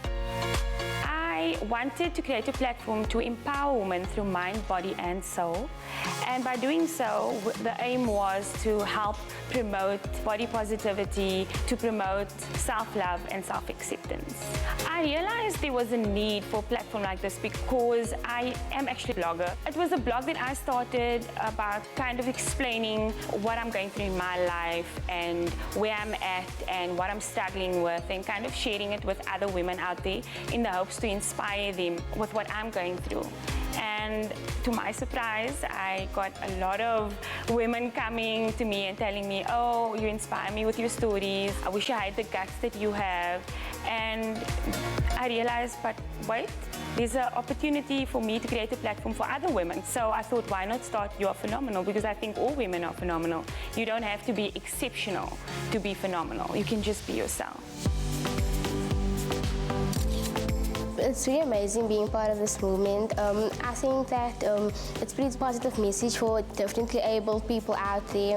I decided to take part of this because I am differently abled, and I just want every other individual to know that being differently abled doesn't make you different from the rest. This, for me personally, why I joined this is because I'm a cancer fighter, still currently fighting. I'm celebrating myself in this process and inspiring others as well. It is important for women to be part of things that celebrate them, even at their lowest, in their imperfections. So for me, being part of this movement has not only encouraged me, but encouraged women around me. So imagine how amazing that is, that feeling from being part of something that impacts women in a powerful and positive way. Literally, the next step has been getting these awesome individuals to step out of the online world and own their image on the catwalk before a live audience. So we recently had our Beauty Beyond Imperfection fashion show at the Kenilworth Racecourse on the 25th of May, and it was absolutely fabulous. It was our first major event. It was a huge success. It was basically about showcasing that there is beauty in imperfections. We had people with disabilities, imperfections. It was absolutely amazing, and we had so many standing ovations. The models, they were in tears. The amount of love and appreciation we got from the audience was absolutely amazing. Seeing that there's so many people that appreciate and support what we are doing. Incredible stuff. Hopefully we're going to see many more of these kinds of projects, these kind of collaborations coming to bear over Women's Month. But make sure that you look at this as an opportunity to kickstart something that is 365 days of the year, not just during Women's Month, but awesome stuff, inspiring already. Also an initiative that connects ladies from all walks of life, which is fantastic. And that's why this morning we're asking you on social media, ladies, do you have a strong sisterhood in your office, or is it even, or is it every woman for themselves, basically? And your comments have been coming through. Here is one that we got from Cheryl saying, okay, let's see. Cheryl's comment. Where's Cheryl's comment? Okay, Cheryl's comment. I don't work in an office anymore, but wow, we had a bunch of ladies that were real sisterhood. We still all meet for lunch and get together 30 years down the line, and I have daily contact with some of them on WhatsApp. That's wonderful. It's a community. I absolutely love it. This one coming from Grab Rebita.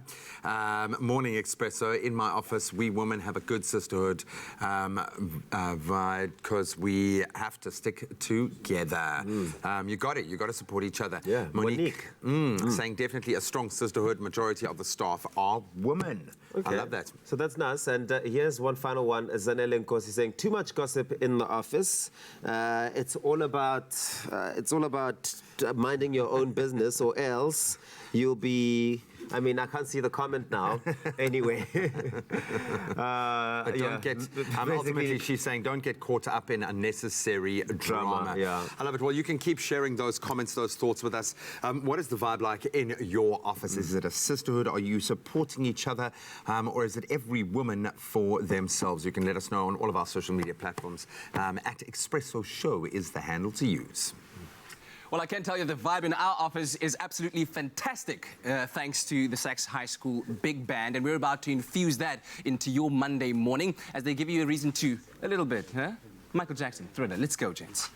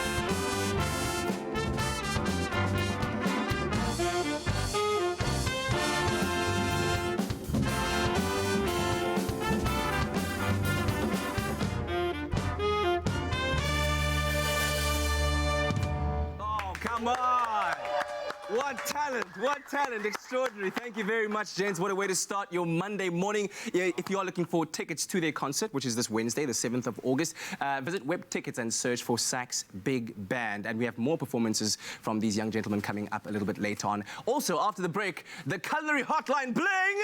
Sing, sing, sing! Amagwinya style.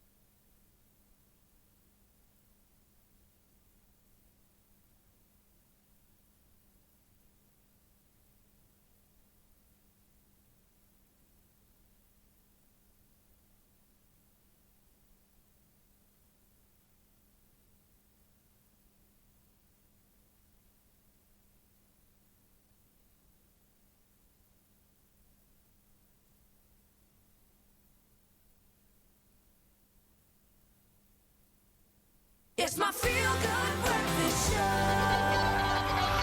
Call us on your cell phone. Culinary hotline bling. That can only mean one thing.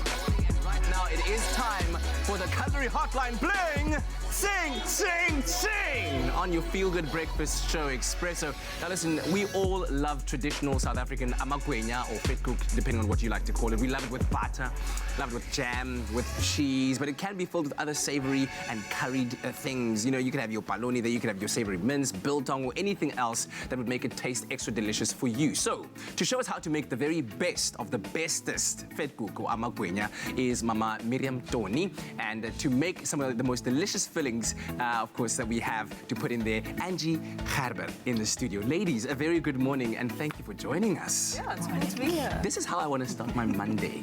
Amagwinya. Amagwinya. I mean, it takes me way, way back to the days of when I was in school, Gotepo Primary in Ikageng, and going to school in the morning and then seeing the ladies that were getting ready for like first break with their fires and their pots and warming up the fish and amagwinya. This is memories. Best comforting food in the morning, especially on a winter's morning. Yeah. So, ladies, when it comes to your making of amagwinya, what would you say makes the ideal or the perfect igwinya?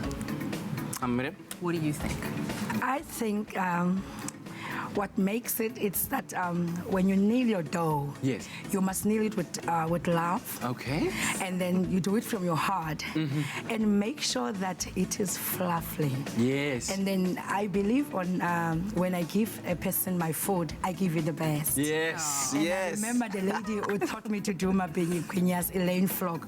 She said, Mama Miriam, when you do my gwinya, it's the best food in this world. Wow. Wow. Yes. And that's the thing, because you can go to different people who've made amagwinya and they taste different. And I feel like the most delicious are those that are made with love. You can really, really taste it. And here you can see all the different variations of amagwinya that we have suggested that are our favorite.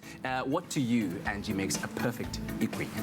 Well, again, I like the fluffy, nice and crisp on the outside with that lovely golden crust, which means your oil's got to be just right. Very important. Okay. Not too hot, not too cold. Otherwise, you don't want that soggy, oily one. You want that nice, crispy and That's fluffy true. one. That's true. So let's get to making it, shall we? Definitely. Please, go ahead, ladies. Right. Show me the ways.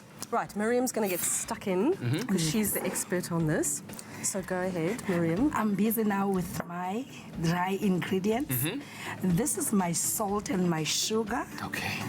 Then I need to make sure that my yeast is in it. Okay. Then I need to make sure everything is in my flour. As you see the smile in my face, I want to make sure that the Made with love. is sharp, yes. So you cannot make igwinya and you're not smiling. If your 100%. face doesn't say love and your heart doesn't say love, you better know that the people will taste it. I am rubbing now my butter in my flour, in my dry ingredients. I make sure that the smile is always there because it has to be fluffy and crispy.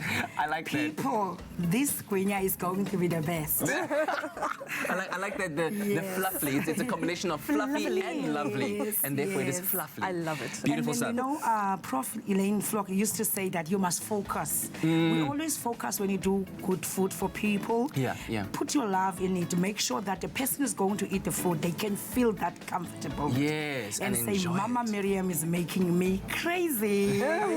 Yes. Yes. SMS the keyword bake to 33728 and we'll send Now you a I'm list of putting my ingredients warm water. so that you can make. And of course, Remember, guys, I'm the dough queen. You're the dough queen. Just look at this. There we go. Look at this. Is how I do it. Technique. Look at this. And of course, warm water to help to activate the yeast, Absolutely. right? It's got to be warm, not hot. If you add hot water, it's going to kill the It's yeast. going to kill the yeast. We don't want to kill anything.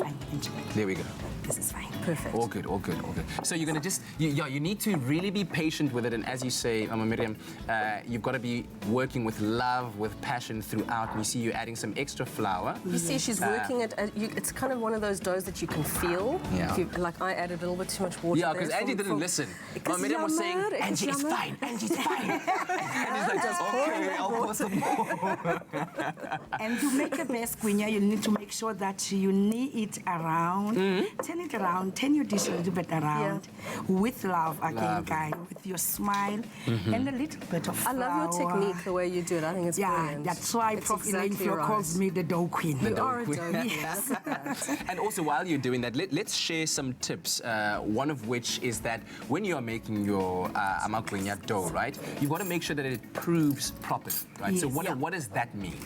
Well, very important, any dough, so any bread dough that's got yeast in it, you need to prove it. So you're going to really let that yeast grow and ferment. And that's the whole point of it. You want to double that little dough ball into twice its size. Yeah, so once you've kind of kneaded it like that and all the dry and wet ingredients are beautifully combined, do you just leave it in the bowl or do you wrap it in some form of wrap? We need to wrap it. You I'm need to going wrap it. with my foam. And then it'll double in size. Yes, it will. And when it's done, It will that's when rise. you know it is ready. Yes. The oil temperature is very important when you're making amakwenya, right? Yes. You don't have to use a hot oil because if it's hot, it's not going to be nice and fluffy. Yeah. Excellent. We don't. If you want a best guinya, you must not have a dark brown Yes. guinya, It must be- but it must be golden Like a lovely brown. golden brown, like these We kinds. need golden brown. How about, is the Okay, do you oil wanna do right a right little- now? Yes. It the is. oil So- is right. There's the proved dough. So Miriam's going to just show us how to make the little ball and then pop it into the hot oil. So Here your comes oil, the secret. Yeah, this is the secret. I'm interested Now. to see this. Okay. Oh, wait. Look at that. So you're tucking it underneath while and then you squeeze it to get that perfect ball out at the top.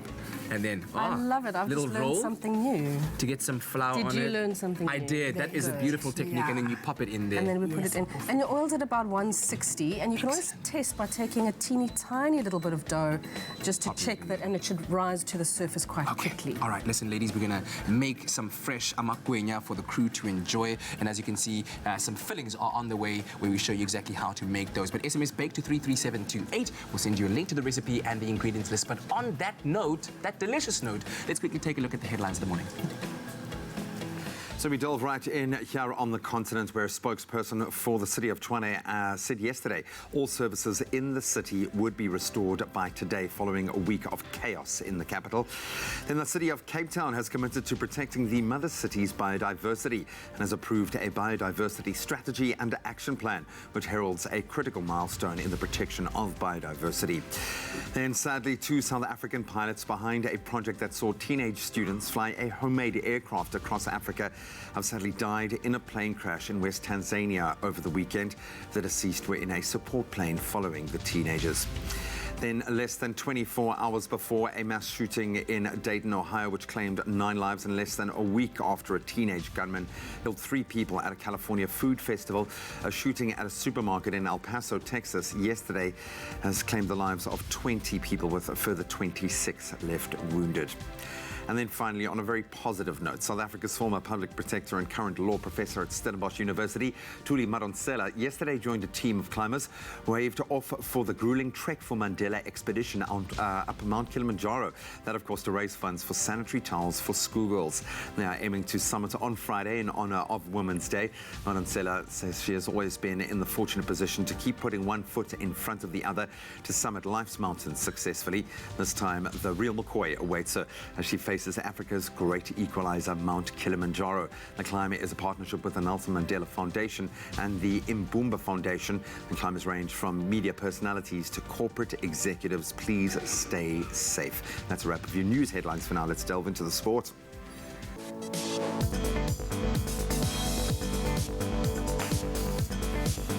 We kick it off on a very celebratory note. South Africa's Tatiana Schoenmaker has claimed 2 gold medals and 1 World Cup record at the 2019 FINA Swimming World Cup in Tokyo over the weekend. Then plenty of ructions on the national news front when it comes to our teams after taking Bafana to the AFCON quarterfinals last month, showing so much promise. Coach Stuart Baxter has resigned from the job despite having 3 years left on his contract. That while Proteas coach Otis Gibson and his entire coaching staff and management team have all lost their jobs. Then a little further afield on the football front, Man City won the FA Community Shield on penalties after edging out Liverpool. A very entertaining fixture in front of a packed Wembley Stadium in London yesterday. And in motorsport, reigning Formula One champion Lewis Hamilton won his 7th Hungarian Grand Prix after overtaking Red Bull's Max Verstappen near the end of quite a dramatic race to extend his championship lead. We'll expand on those headlines one more time on the top of the hour.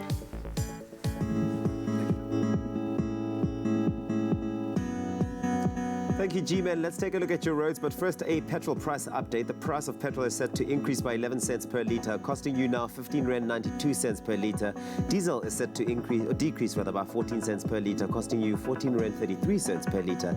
Now this is due to 2 factors: the falling price of oil by tensions in the Middle East and a strong performance of the rand against the dollar. And now we take a look at your roads, starting off in Gauteng out in Alberton. There has been an accident on the N3 northbound after the Elands interchange. The left lane is currently obstructed, so please do make use of an alternative route this morning. In the Western Cape and Athlone on the N2 inbound, there has been an accident before the Jan Smuts M17 off-ramp. All lanes are open, but delays can be expected still, so please keep a lookout for this. And off to the trains, there are TFR signaling restrictions between Belleville and Brackenfell, infrastructure problems in various areas, speed restrictions as well as sets out of service. Delays out of 20 to up to 20 to 30 minutes can be expected still, so please do take it easy and allow enough travel time this morning. That's all we leave it for now.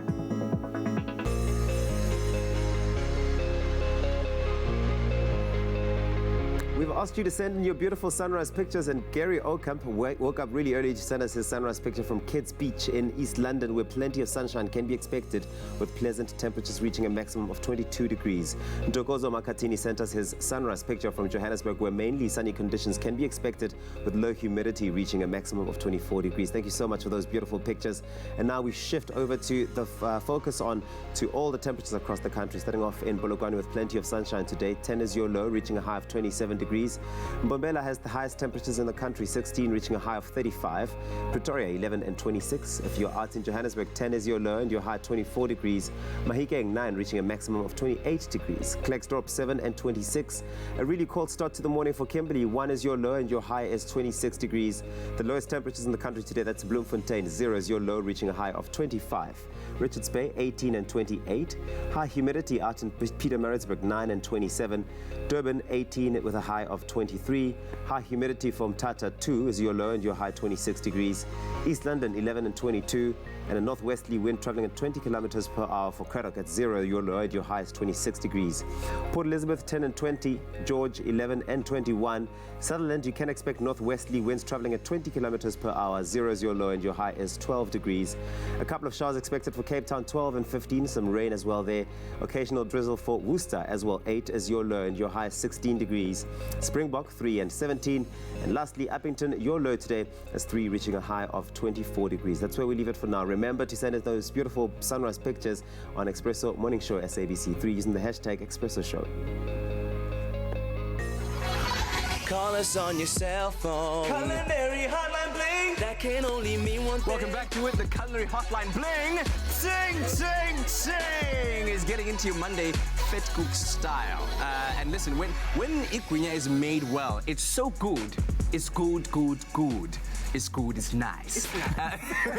We've made one. How is it actually going in there? Have we checked on it? They've removed it. The we've kitchen actually taken fairies it out. took it away. Oh, okay. So I'm assuming it turned out great. I think they're probably eating it in the back. Yeah, exactly. It's nice and fresh. So we've shown you how to make the perfect iguana dough, what temperature the oil needs to be at when you place it in. Of course, you're looking for that lovely golden brown coating around. Now, once you've made the perfect iguana, you need the perfect filling. So Angie, along with Mama Miriam, is going to be showing us how to make a delicious filling. What do you have for us, Angie? Okay, so we've got a bit of a vegetarian version on this one. So your classic bobotie mince, not everyone's going to need to want to eat that. So we're going to do a vegetarian style. Excellent. Sort of curried veggies. Yeah, so we've got some chopped onion into the pot. And we're just going to saute that down. And along with some salt and pepper always. Of course. And then we for add our taste. curry powder. So you want to add your curry powder in with your onions and let that cook through. Yeah. The idea is to sort of release those flavors and cook out that sort of raw curry flavor that you sometimes get. Definitely got to cook it. Let it cook down, add a bit of vinegar. Not Some that vinegar, one, okay. this there we one. go. All right. That's empty. Right, so the vinegar also helps to release the flavors. Excellent. And then we just add a bit of water, a little at a time. And you add a bit of water, cook it out. When it's dry again, add the next bit of water. And that is just getting that curry to really release. It's a bit of a slow process. Of course. So we'll skip that. But anything that's And good then takes time as well. You've got to be patient. You've got to be patient and enjoy it. Like Miriam says, do it with love. Yes, because we Can can you pass me all the feel it. We can tomato? taste it. Yes, you're adding some tomatoes. Right, so then we're going to add the tomato. And this is just your chopped or whole peeled tomato out of a tin. And you're going to cook this down. We'll add all of it. It's easier. Here we go. Right, so we cook that down. So this Again, is if you're looking for a meat-free Monday kind of iguana. 100%. That's exactly what This is we're talking about. And this is now going to cook down until it's lovely and reduced and thick and the flavors have been released out. Lovely. Salt and pepper, very important. And then I've got here some chickpeas, which we're going to add in. So we'll pretend that it's lovely and reduced, add the chickpeas in. And then this is butternut that we've chopped, peeled, seeded, chopped, and then roasted beforehand. Excellent. Because butternut's going to take a really long time to cook that way, and it's going to then go mushy and So once you're happy with this texture, and it's that lovely, rich and unctuous, curried, texture, then you're going to add your butternut. Excellent. SMS the keyword dish to 33728 and we'll send you the link to this particular filling, a lovely curried vegetable filling for your and that's the iguana. sort of the end part there, and then I would serve it with a little bit of yogurt or even some amasi and coriander. Fancy stuff. Yeah. Mama Miriam, what would you like as a filling? What's your favorite kind of filling? when you make my nama favorite filling is honey and cheese. Honey and wow, cheese. it's so lekker. It sounds. Look at my face, you can just see that. It's magunya and honey. I'm sweet people. It's magunya every day. I've got one for you because that's the more savory kind. But if you're making amagunya and you're looking to serve them as a dessert dish, perhaps maybe you might want to try this, right? So get your ligunya lahau and you've made it, and then you're gonna get some caramel. Oh, Kat, look at that. Now that looks divine. That's a lot, though. So you can obviously be very indulgent with this one if you want. Do not stand back. Then you're going to get some cream.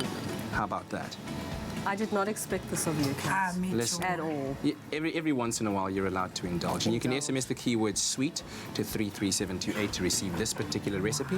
And then, of course, just some peppermint crisp. Just let that do its thing on top. So this is like your peppermint crisp tart. The There we classic. go. There we go. But on a Iguana style.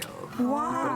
Clever. Okay. Iguana style. And then even in your presentation, Oh, that looks just beautiful. let Look it at let you. it just Look at that. do its thing, and that is absolutely beautiful. That looks divine. Ladies, thank you for the education, for the reappreciation of a South African classic, and we hope that you try it out at home and that everyone absolutely loves it. Mama Miriam, Tony, thank you very, very much. Thank you. Angie, Thank you so much. thank you very much. It's a pleasure. Thank you. Breakfast is served, everyone. Iguana style. Oh, Mama Miriam. Is it served, though? Yeah, we're waiting for it to be served. We're waiting. Mama Miriam made the maguinyas with so much love and so much enthusiasm that I am really just so keen to get involved. Oh, you know, when and Angie get is saying tasting. that she's learned something new, then it's been special, man. So thank Yeah. you so much to our incredible team Coming Like I said, through. guys, like I said, when it's made with love, it's so good. So good. So good. Look at that. wow. Come on, man. Enjoy yourselves. Enjoy yourselves. I'm gonna smash it. I'm gonna see this one's got my name on it. It's got your name right Ooh, on it. chicken liver spread. Ooh, Yes. yeah, nice. Delicious. Beautiful my stuff. fave, So my fave. I know there are some dessert flavor profiles in here. We're going to chase it with the Spanish classic, the churros. We're going to make it with a bit of a spin, as we do on the show after the break. And nice.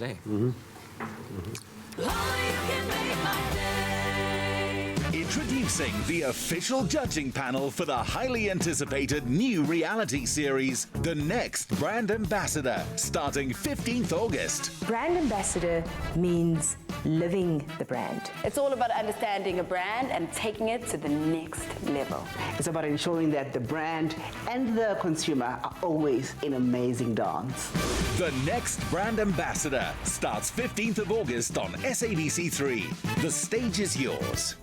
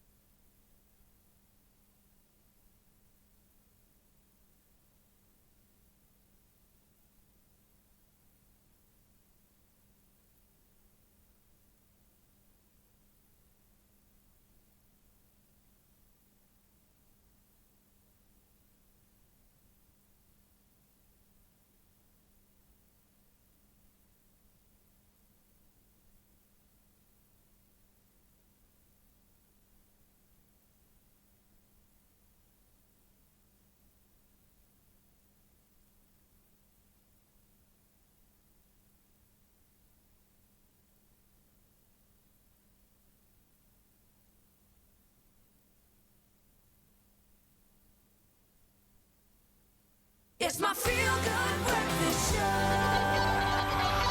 Call us on your cell phone. Culinary Hotline Bling. That can only mean one thing. Oh yes. It's a Monday morning. The Culinary Hotline Bling. Sing is back.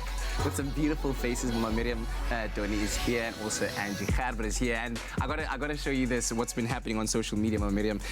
We got some comments. Annaline Mohammed says, just want to say, Mama Miriam is absolutely gorgeous. Wow, that smile just made my Monday. Yeah.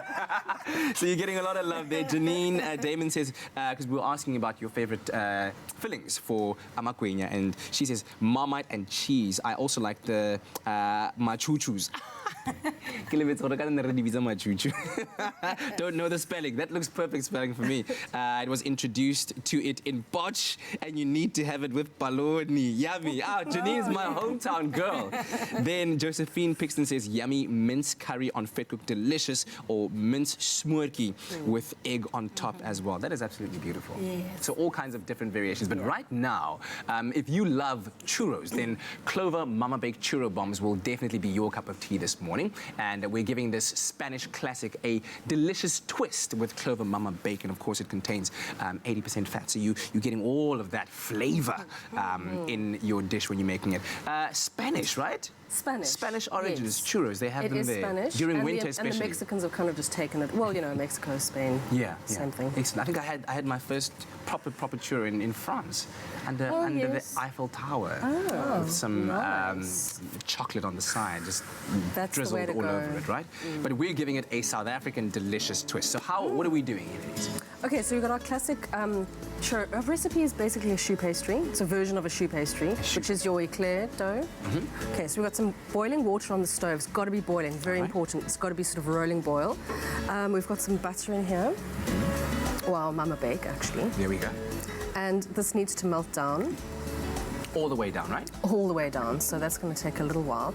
So this is like a bit of an on steroids take on the churros, because I mean you can see we've got some chocolate balls there. Whoa, something delicious is going to happen. Divine.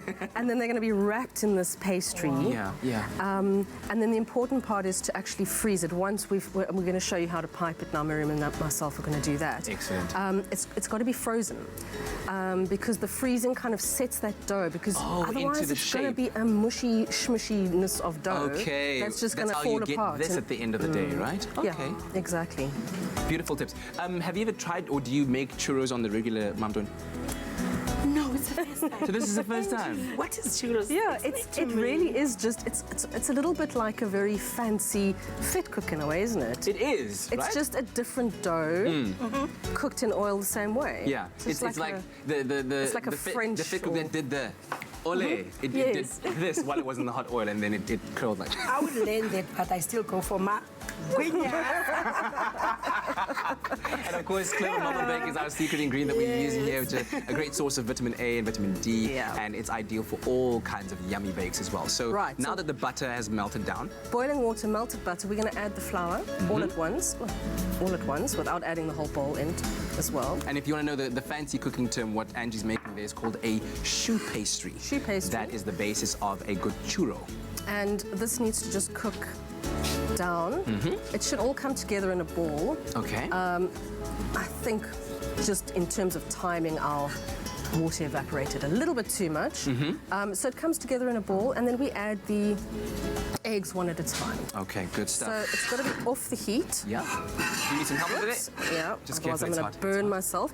So once this is cooled down now, I can't add the eggs now because otherwise it's just going to scramble. Yes. So you've got to wait for it to cool down. It would be a lovely ball that comes away perfectly from the sides of the pot. Cool it down until you can stick your finger in there and it doesn't burn. Yes. And then you add your eggs one at a time. It's a bit of a mission to get those eggs in. They kind of slush all around the pot, but they eventually come together. They combine, And then you end up with a dough that is already made for us, which is what we love about TV. We can do that. Make one. And we put it in a piping bag, and we're just going to pipe. See, now I'm going to show you a little tip. Now So this you don't is want this to slide around because it's a nuisance when it slides around. You just put a little bit of your... a little bit of the... And then you stick it down. Okay, there we go. And then better working surface. We're going to pipe a little... See, now this is the trick. Make it looks like a rose. Yeah, it's the nozzle. Oh, it's a nozzle. It's a rose. Beautiful. And then we look at that. stick that in there, and then we're going to pipe over it to create like a tower of pastry and chocolate. Oh, that's beautiful. Oh, hey? So after this, you freeze it. Okay, you freeze it. Freeze it. So that and it then maintains the shape. We end up with these, which are nice and frozen solid now. Excellent. And our hot oil, again, a sort of a 160 oil, not too hot. You can carry on piping. Oh, yeah, try one.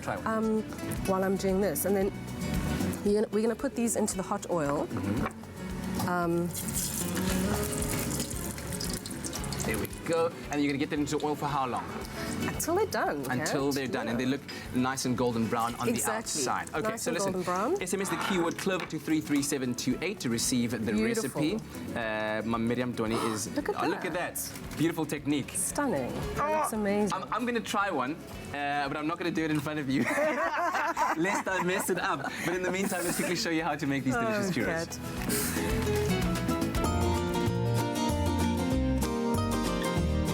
Clover Fresh Milk is the #1 milk brand in SA, made with love by Clover. Shut the front door. We're about to trend with this recipe. If you love churros, then Clover Mama Baked Churro Bombs will definitely be your cup of tea. Crunchy on the outside, soft on the inside, with a burst of chocolate flavor to boot. These churros really are the bomb. Add a cup of water to a saucepan. Add 4 tablespoons of Clover Mama Bake and 2 tablespoons of sugar. Then bring to the boil. Reduce to a simmer, then add a cup of flour and stir until a dough starts to form.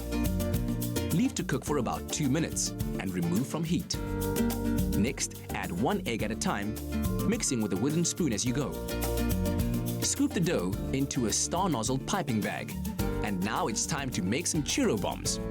Pipe a 3-centimeter spiral onto your baking paper.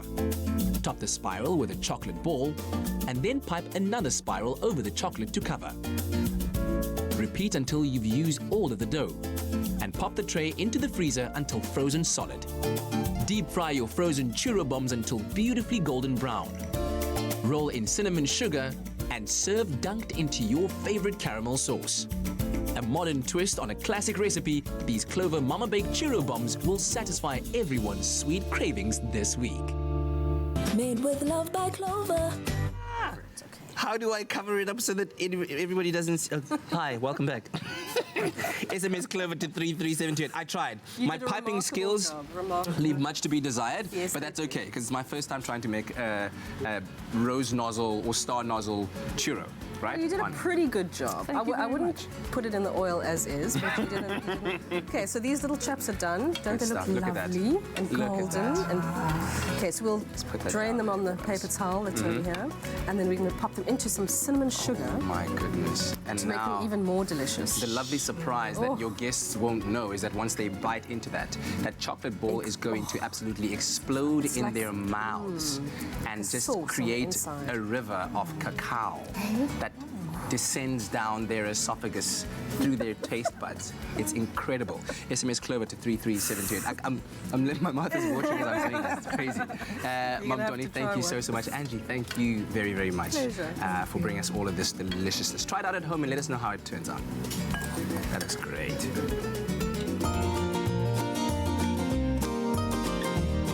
Clover Fresh Milk is the #1 milk brand in SA. Made with love by Clover. Now, everyone will tell you there's just something about the smell of and taste of coffee, and nothing beats that very first sip that you take, right? And when you throw in a block or 6 of chocolate into the mix, can you imagine anything better? Well, I was lucky enough to attend the 2019 Coffee and Chocolate Expo, where I was able to taste some of the best chocolate in the land and get the perfect coffee fix. Take a look.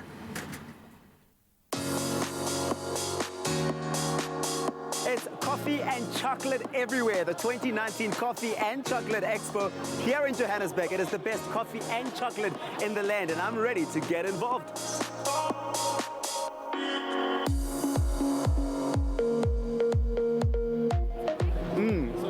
It's so rich.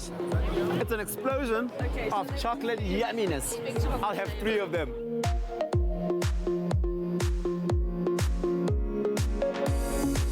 This is a chili and lemongrass. It's just mind-blowing how much they can do in terms of creativity with these chocolates. Let's taste it. So good.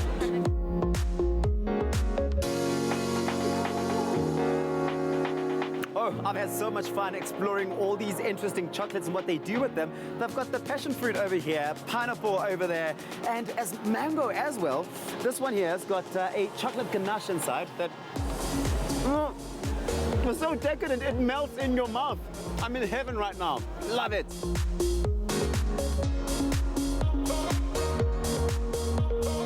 I'm more of a coffee person. 9 cups, I'm on a high. The smell, the taste, the experience. The taste, the smell of coffee, that's the thing for me. That's what makes coffee, and that's what makes the experience of coffee. If I taste one more chocolate, I am literally going to turn into a walking, breathing chocolate fountain. I've just spotted the McCafe stand just in time. It's time for some great coffee.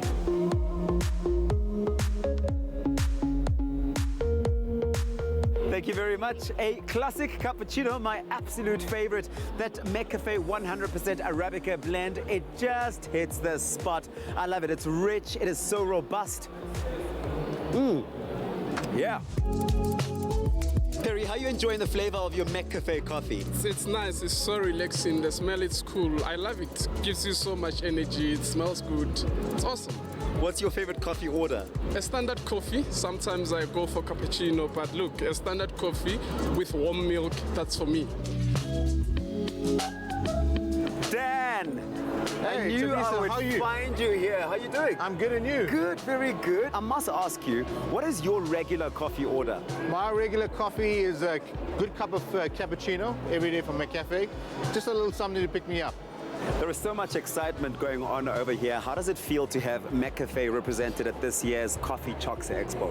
Yeah, it's very exciting for us to be part of the whole fraternity of coffee in South Africa, and the Coffee and Chocolate Expo is one of the biggest in Africa, so it gives McCafe an elevated exposure to customers. It also allows our customers out here to come and taste what a good cup of coffee and cappuccino is from McDonald's. Well, I have to tell you, Dan, you've done such an incredible job with this cosmetic upgrade. I mean, I love the beautiful, slick black cup, and of course your new messaging of great coffee, simple. How did this direction come about? So Tibisa, it's more than just the branding change, right? So one of the biggest things that we've done was change the blend of our coffee bean. So the coffee bean previously was a 3-blended coffee bean, 100% Arabica, and we changed that to a 7-blend, 100% Arabica blend.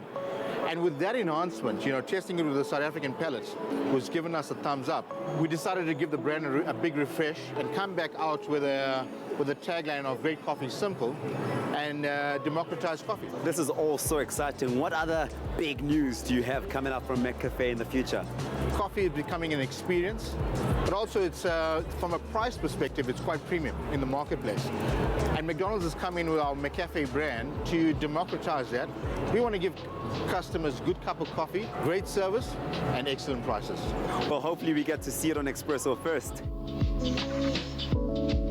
Wow, what a day. I don't think I've drank so much coffee and had so much chocolate. But I'll tell you one thing, I've enjoyed every single second of it. Well, aren't you jealous? Just a little bit. Just like a little bit. No, a really awesome, a strong extravaganza of coffee and chocolate. Of course, that McCafe upgrade on their cups, just so slick. Have you seen those takeaway cups, the new ones, the black ones? Not yet. I wait with bated breath. Likewise, for what is brewing back here, I can smell something amazing. Princess, what is in the oven, please? Fresh baked croissant. Oh yeah, we'll have grab 2, please. 3 or 4 of those. No, We're man, going to recharge our coffee cups and, of course, have an opportunity to get back into those news headlines. I cannot believe most of the show has already flown past us, but we'll continue. Please. Okay, I'll share with you. Okay, thank you. Only the highest grade Arabica beans. McCafe, great coffee, simple. See you after the break.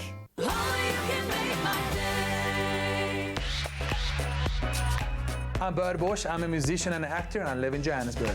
Come find your smooth fame and fortune with me, Bert, on Tropica Island of Treasure, Curacao. All you need to do, you buy a Tropica, you follow the entry details on the back of the bottle, you make a video, you upload it to Twitter or Facebook or Instagram with the hashtag TIOT9 and tell me why you want to be on my team, and then you could be winning fame and fortune with me on Tropica Island of Treasure, Curacao.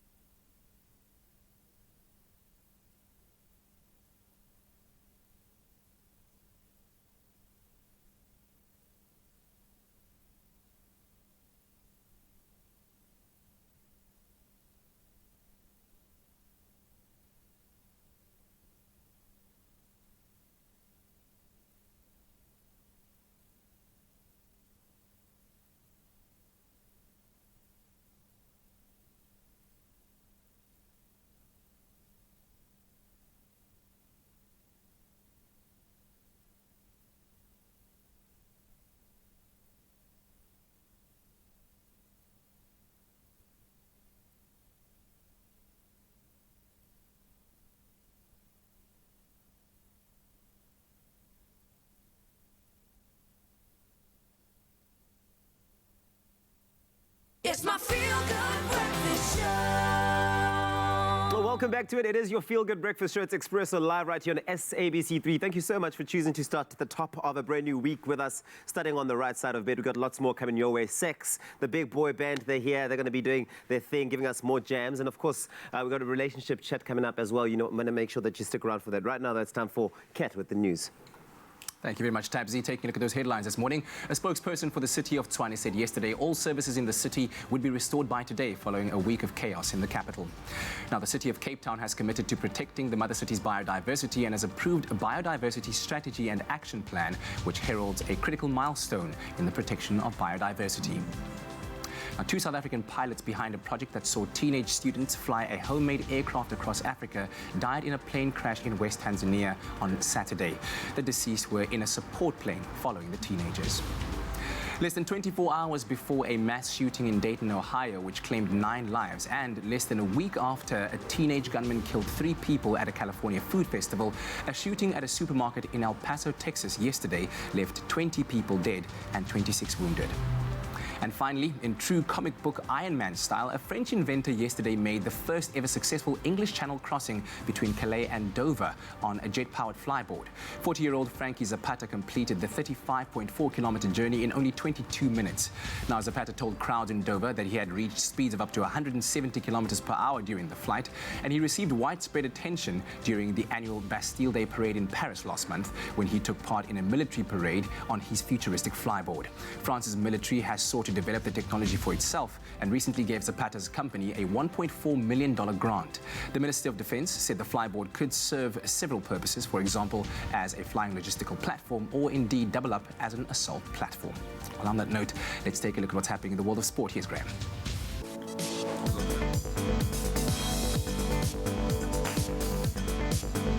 As always, we focus on the good news first. South Africa's Tatjana Schoenmaker claimed 2 gold medals and 1 World Cup record at the 2019 FINA Swimming World Cup in Tokyo this past weekend.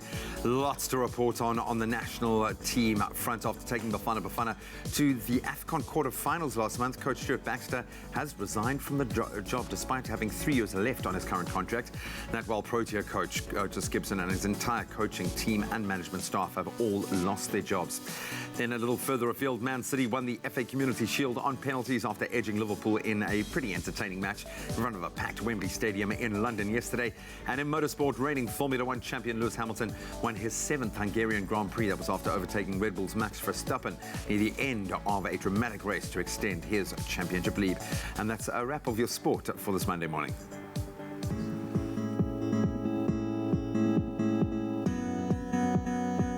And here we look at your final look at the roads. We start off with the price of petrol, which is set to increase by 11 cents per litre, costing you 15 Rand 92 cents per litre now. Diesel set to decrease by 14 cents per litre, costing you 14 Rand 32 cents per litre. Now, this is due to 2 factors: the falling price of oil tensions, in the Middle East, and a strong performance of the Rand against the dollar. And now we take a look at those roads. In Eastern Cape, East London, there has been a fatal multi-vehicle accident in Gompos and the Zipunzana area. Piles of cars are involved with casualties all over, kids involved as well. Please avoid the area and use an alternative route this morning.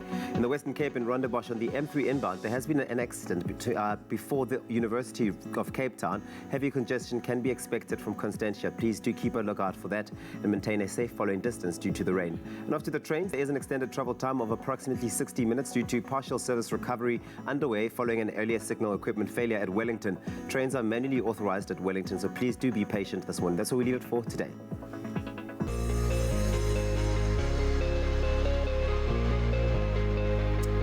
Well, it is a beautiful morning, and you've sent us many beautiful sunrise pictures to celebrate it with. And so thank you very much to Wilma Liederman for your beautiful sunrise picture from Azerfontein in the Western Cape. Also, Solis Lepe for your sunrise picture from Tabachweu in Mpumalanga. Nancy Governor chiming in with a sunrise picture from Pennington. And Fatah Khan for your sunrise picture. We say thank you all the way from Hillcrest in KZN, as well as Gary Okamp, a sunrise picture from Kids Beach in East London. And lastly, Ntokozo Makatini, a lovely picture from Johannesburg. Thank you so much. We do appreciate them. Please keep them coming. We love sharing them with everyone at the start of a brand new day. But let's take a look at those temperatures more specifically. Plenty of sunshine for Polokwane. Your temperatures ranging between 10 and 27. The highest temperatures in the country in Mbombela, 16 to a high of 35. Pretoria, 11 to 26, while Johannesburg, 10 to 24. In the Northwest Province, Mahikeng, a low of 9 and a high of 28. Klerksdorp, between 7 and 26. It's a cold start for the morning in Kimberley, a minimum of 1 and a maximum of 26, while the lowest temperatures in the country can be found in Bloemfontein, a low of 0 and a high of 25. Richards Bay, 18 to 28, while high humidity is the order of the day in Pietermaritzburg, temperatures ranging between 9 and 27. Durban, 18 to 23, high humidity in Mthatha, a low of 2 and a high of 26. Sunny conditions in East London and temperatures ranging between 11 and 22, while a northwesterly wind will be blowing through Cradock at about 20 kilometers per hour, a low of 0 and a high of 26. In Port Elizabeth, Elizabeth, temperatures will range between 10 and 20. George, 11 and 21. A 20 km/h northwesterly wind will be blowing through Sutherland, a low of 0 and a high of 12. A couple of showers in the mother city this morning, a low of 12 and a high of 15, and occasional drizzle for Worcester, 8 and 16 are your temperatures ranging. Now, of course, Springbok, 3 to 17, and Uppington rounding things off, a low of 3 and a high of 24. But no matter what the weather in your part of the country, here's hoping you have a marvelous Monday. Well, it's that time of the morning. It's time for us to dip Oma with Graham here on your Feel Good Breakfast show. It's probably one of our favorite times of the show. Yep. To dip, where we get to dip. There were actually Oma. like 20, right? And we've literally depleted the whole thing. But, you know, Graham, over the last week, we've played this quick fire set of questions. I am ready. We've all answered. We get given, you know how it goes, get given 60 seconds, and you have to try and get through as many of them as possible. Cool. And be honest. While you're at it. I'm just going to go with the first thing that kind of blurts out. I'm just going to put it out cool. there. So let's try and get through all right, all of let's them. do it. Have we got 60 seconds on the clock? All right, okay, cool. Do all of them. Graham, rain, love it or hate it? Love it. Thunderstorms are scary, yes or no? No. Early bird or night owl? Night owl. Long shower or bubble bath? Long shower. Date night with bae or boys night out? Date night. Cappuccino or strong Americano? Strong Americano. Buttermilk or muesli rusks? Buttermilk. Ocean view or fireplace? Oh, that's tough. I'll have to go with both. But probably Ocean view. Okay, text you or call you rather? Text me. Don't ever try and call me. Cuddle buddy or electric blanket? Cuddle buddy. Full show. Watch the rugby or watch the soccer? Oh, that's tough, man. I'm split. Probably watch the rugby because of the World Cup. Okay, games night or dancing at the club? Okay, well, that gives the answer. Fine dining or a braai? A braai, for sure. Big party or intimate gathering? Probably intimate gatherings. Instagram or books? Books. Boots or sneakers? Boots. Coat or hoodie? More blankets? Go for it, go. It's Come on. That's time. You've done well. It's quite diverse because you don't know. Some of them you got to, choosing between football and rugby at the moment is very difficult. Yeah, very I can imagine for you as well. My brain short-circuited a little bit, but cool. Yeah, it forces you to think about yourself. Yeah. Okay, so do you know that you're always out and about between the show and the businesses that you run? You're always constantly finding yourself on the road. When do you get time to actually rest and like dip or Oma, kick back and just... No, but the rest and dip or Oma don't come together. So it's while one thing while is you're on the move. other thing is, you know... Is that like your time? You're on the move? At the same time dip. That's at the same time dip. That would be your hashtag. I'll do it. Like I'm doing a live show now. Yeah. And I'm dipping. You're doing a live show and you're dipping at the same time. Hashtag at the same time dip. That's Graham's hashtag for his dip. Oh man, how many rusks do you get through? Be honest. It depends how much time I have, I suppose. Well, and this morning you've had lots of time because you finished this entire plate. All 20. Yeah. No, look, I was blessed with an appetite that can. I mean, I could honestly eat an entire box. Well, you have. If I had That's the time. The thing. You really have. Pretty much. I could smash it. Oh man, I love you so much. I love you, man. I love dipping on Oma with you. I love you, man. I love you more. This is your last week at home to win with Oma Rusks and to stand a chance to win that 2,000 Swatch watch voucher and 500 Oma Rusk hamper. Go to our Expresso Facebook page and comment on the competition post by telling us when your favorite dipping time is and why. Maybe it's the morning dip. Maybe it's the right before you go to bed dip. Or maybe it's on the long distance road trips dip or the side of the road with the family dip. Whatever it is, tell us what it is. Make it good. Remember that T's and C's apply and you can find them on expressoshow.com. Happy dipping. Love the carbs, man. Love them. Anytime is dipping time. But I tell you what, the only blue you should be allowing into your Monday morning today is the Saks High School Big Band. And of course, they've got a grand fundraiser show coming up on Wednesday, the 7th of August. Check out tickets on WebTicket. But right now, for your entertainment pleasure, here they are performing Brett Zvacek's 702 Shuffle. 1, 2, 3, 4.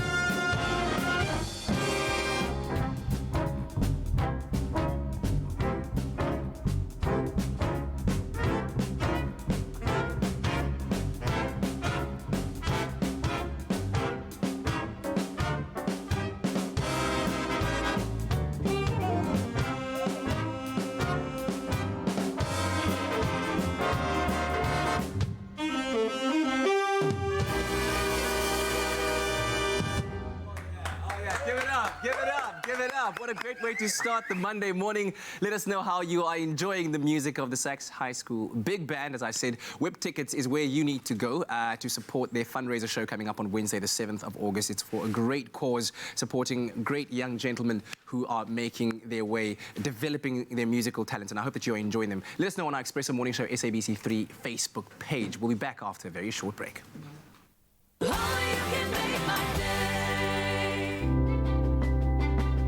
Science reaches for the truth. It works for the big and small, for the old and young. And with knowledge as our first ingredient, science is at the heart of our food, for differences you can see, feel, and trust.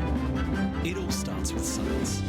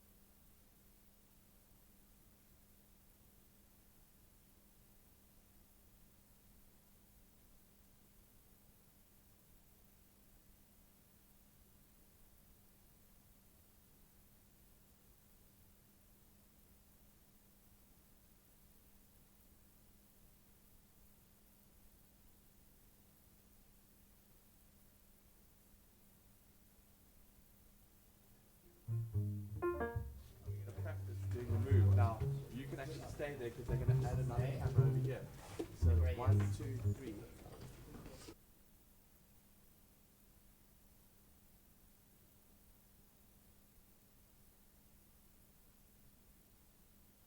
It's my feel-good breakfast show.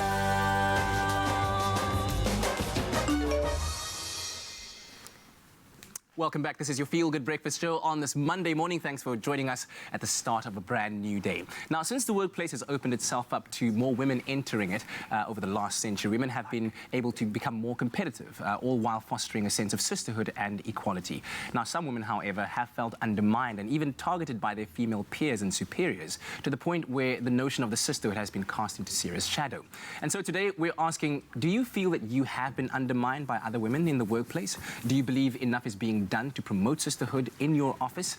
And this morning we're also joined by relationship experts Paula Quincy and Vanessa Rogers to tackle this topic and to help us understand a little bit more the dynamics of what is going on in the workplace. Ladies, thank you so much for joining us. Thank you. Morning. And of course we'll be taking your questions too on our Facebook post.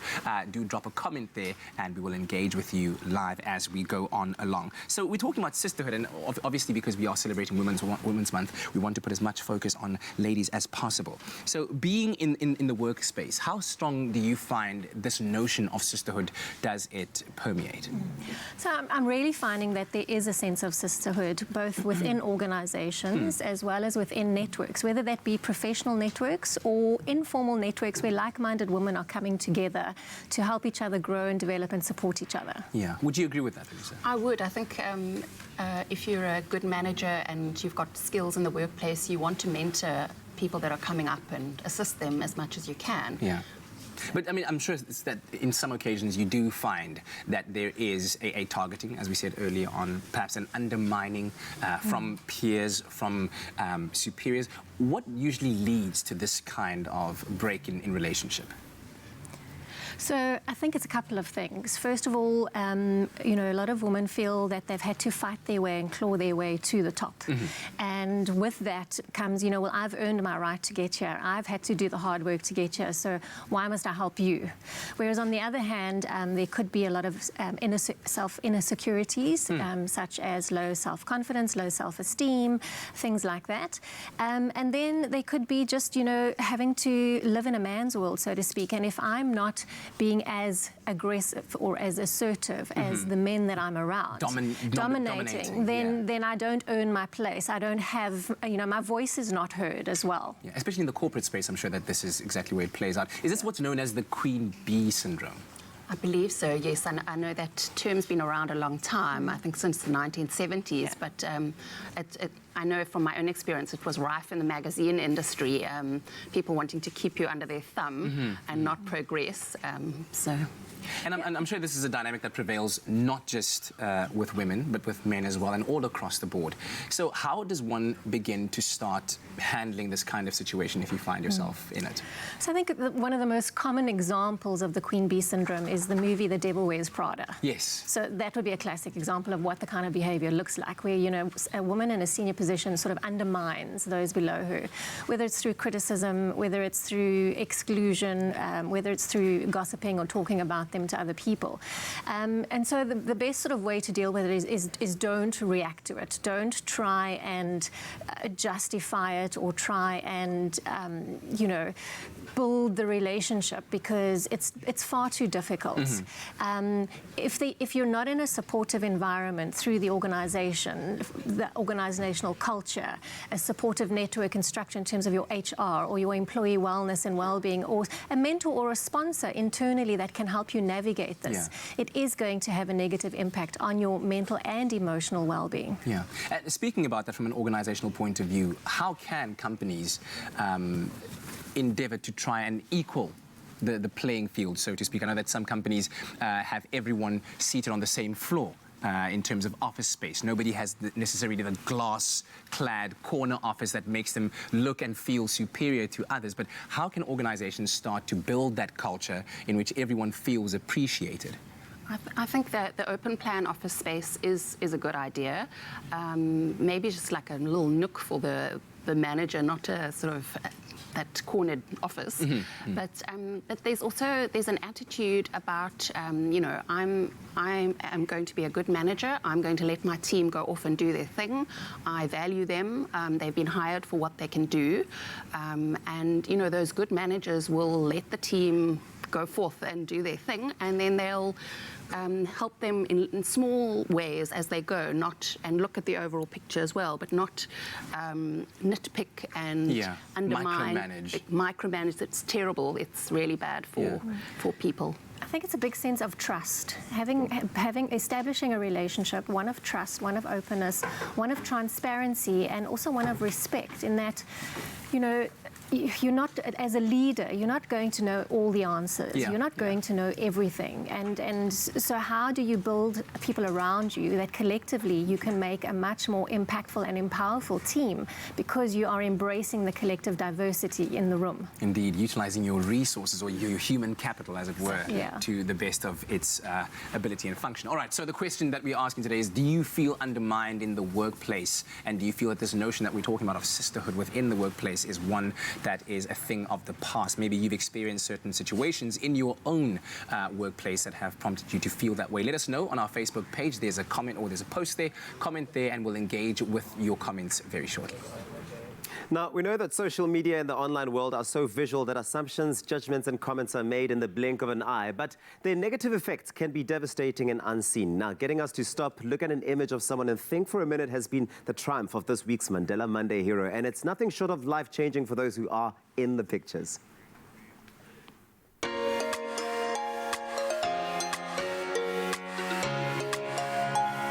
You Are Phenomenal is a non-profit organization owned and founded by Candace Lynn Christians, aimed at empowering women all over the world to become the best version of themselves.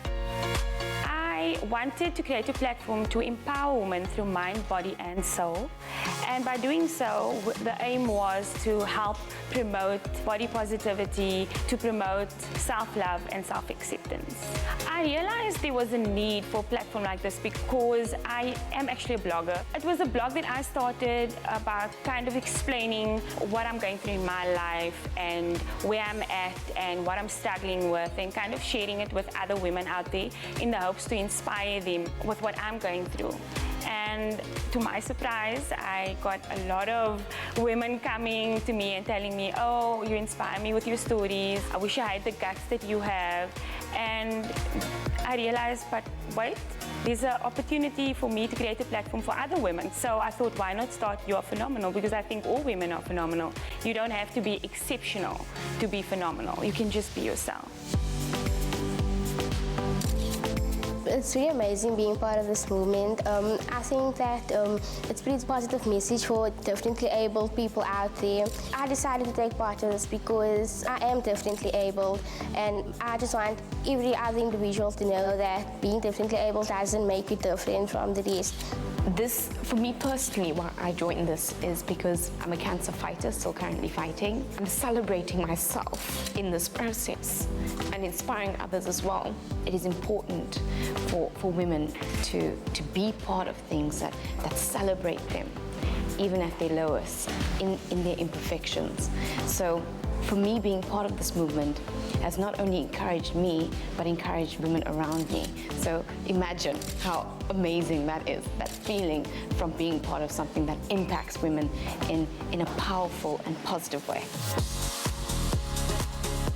Literally, the next step has been getting these awesome individuals to step out of the online world and own their image on the catwalk before a live audience. So we recently had our Beauty Beyond Imperfection fashion show at the Kenilworth Racecourse on the 25th of May, and it was absolutely fabulous. It was our first major event. It was a huge success. It was basically about showcasing that there is beauty in imperfections. We had people with disabilities, imperfections. It was absolutely amazing, and we had so many standing ovations. The models, they were in tears. The amount of love and appreciation we got from the audience was absolutely amazing. Seeing that there's so many people that appreciate and support what we are doing. Inspiring stuff on your Monday morning, and we are right back into it, our relationship chat this morning. And today, our relationship experts, Paula Quincy and Vanessa Rogers, are here to discuss a very hot topic. We're talking about the prevalence of sisterhood in the workplace, and we'd love to hear from you as well, your questions and your comments. So head on over to our Expresso Morning Show SABC3 Facebook page and drop a comment on that post, and we will be engaging with you. So let's talk, ladies, about your own personal experiences. And let's start off with you first, Paul, about in your working experience where you've seen the dynamics of this queen bee syndrome that we've been speaking about, or undermining of colleagues coming forth, and what are some of those telltale signs that is perhaps happening right now? Yes, I mean, I experienced something similar many years ago when I was in the corporate world, and I had a female boss. And, you know, it was really just, I hated coming to work because it was as just... a personal feeling. As a personal thing. It broke down my confidence to such a degree that I started doubting whether I was actually suited for this role in this environment, you know, and that maybe I should be somewhere else doing something else. So it can have such an effect on your personal self-worth, self-esteem, self-confidence, self-belief. And you know, eventually you get to a point where you don't want to come to work because it just, you dread Mondays because it's just, you know, it's like going into a hellhole. It's soul destroying. Tell me about your experience, Vanessa. I have two. The one was when I was working in a sort of features writer-editor role, and the senior editor was continually nitpicking and redoing things, and we'd be sitting there at 9 o'clock on a Friday night, and we'd be on doing this layout again, and you kind of going, we've been hired for our skills, and yet you know, she's undermined us the whole day, and now we're sitting here, we're missing family events, and you know, it really breaks you down. And it's amazing how something like that, seemingly insignificant, let's say to your superior, because you're chasing a deadline and it's all about, you know, making it, it filters down to so many parts of your personal life. But let's talk about the breakdown in the team dynamics that can then occur as a result of that. Yeah. Look, it can definitely affect not just team dynamics, but the organization as a whole. The success of the organization. Exactly. It can affect the bottom line of an organization, because when you have employees that are disengaged, they are basically going in and doing the bare minimum. They're in survival mode, as opposed to teams that are thriving and being creative and innovative and, you know, critical thinking and problem solving, because they're engaged and because it's a positive environment that is uplifting and motivating and inspiring. And so from a team point of view, it can affect team dynamics where you can have what is called little cliques, where you feel excluded or like the outsider. You don't, simple little things like you don't get invited to go for a cup of coffee or social drinks after work, or you don't participate or engage from a team meeting perspective. You just rather keep quiet because your ideas are shut down, or you just feel so belittled. Yeah, and it kind of makes you think about that saying that a team is only as strong as its weakest link. So if some of those links don't even exist because people feel excluded, then the team isn't even a team to begin with. Yeah. Correct. Yeah. Vanessa, if you would maybe to talk about, let's talk about the opposite side. When things are done well and there is a resounding culture of sisterhood in the organization, what that could look like. Well, I think I've had some amazing bosses over the years. I can mention Kate Wilson. She's at Taste magazine now. She was at Women's Health. Everyone was thriving, doing their thing, and I mean, some of us were contractors, but we wanted to come to work. We were enjoying the work. Another great magazine boss is GQ editor Yati Kumalo. You're having fun, and you've got your skills. You're confident in them. Your boss gives you constructive criticism, so you can just get that 10% better, but otherwise you're just really enjoying life. Yeah. And it really puts a smile on your face to have to come to an office meeting or whatever it may be every single time that you do so. Now listen, we'd like to hear from you. We'd actually love to hear from you. So head on over to our Expresso Morning Show SABC3 Facebook page and let us know your thoughts on this topic. Perhaps you've experienced something on the positive end of this topic or the negative end of this topic. Equally, we'd love to hear from you. We're going to take a quick break and we'll be right back on your Feel Good Breakfast Show.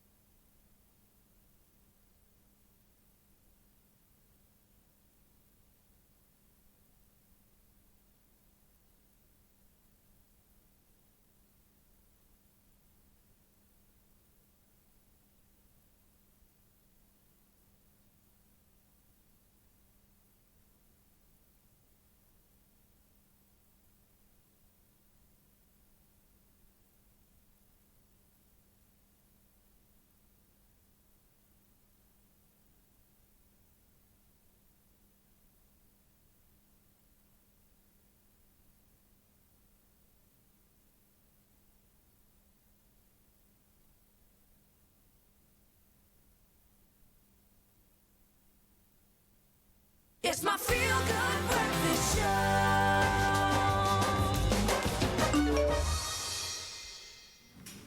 Well, we'd definitely be hitting that like button on your page. Thanks so much for tuning in on this Monday morning. It is Monday Relationship Talk Time, and today relationship expert Paula Quincy is in the hot seat to help us discuss the prevalence of sisterhood in the workplace, and we'd love to hear your questions as well and your comments on our Facebook page. Drop a comment and we would love to engage with you live. We've also got PR professional Vanessa Rogers here to talk to us about this topic. And the question we asked you on social media is, do you have a strong sisterhood in your office, or is it every woman for themselves? Let's take a look at what you had to say. Buitumelo Musimeje says, it's sad. There's no sisterhood at all. Backstabbing and gossip, which doesn't even benefit any of the sisters. Bullying and abuse of power instead of using it to uplift others. Very, very poignant message there from Buitumelo. Kauthar Willoughby says, good morning. I'm so blessed to do life with my hustle and soul sisters in the office. Like a hustle and soul sisters. The sisterhood is amazing. So much love, respect, and appreciation all round. Love you, beautiful ladies. This is also giving a shout out, as you can see in that picture as well. Olga Potgieter, Naila Daniels, Helen, Capes Bonita, Cancela, and just missing Andrea Williams and Naila in this picture. Have a blessed day. Look at that. I mean, that's amazing. Awesome. That's exactly what you want to have, right? Yeah. And on the other hand, you had the message from Buitumelo talking about the bullying, the backstabbing, and things like that really aren't conducive. And Vanessa, what have you found yourself doing in order to overcome these kinds of adversities? So your sense of reality is being challenged because you feel you're doing good work and you're being conscientious. So you really take a step back and think, okay, I'm going to empower myself. So you go for life coaching, you do reading, you tap in with some of those colleagues from other previous positions and other industries, and they give you feedback. And when it's positive, then you realize, it's actually this person. So a lot of people leave an industry or leave a company, so that company's losing that talented staff member. Yeah. Other people, that's what I did. I preferred to avoid office politics. I'd rather work for myself and have my own lovely clients. But other people prefer to be in the permanent job and have that security. So if you've got a boss like that, you really have to empower yourself and find a mentor outside your team and just make sure that you're doing everything to your best of your ability. And then it soon becomes clear that that person is the one at fault. Yeah. Yeah. Paula, do you find that this is something that is rife throughout the workplace, or is it in specific industries? So I wouldn't say it's rife, but it definitely is prevalent. If you look at the research says that between 65 to 70% of women feel that they've experienced the queen bee syndrome at some point in their careers. I think where there are sort of more male-dominated industries or sectors and there's fewer women at the top, and more women coming through the ranks, you may find it's more evident than in other industries. But in saying that, it could also be in industries where there are a lot of women in the same environment, same place. And it's almost that, the cool kids at school versus the unpopular ones or the geeks that were left on the, they were excluded. And so I think agreeing with what Vanessa has said, definitely find mentors to help you deal and cope with these things.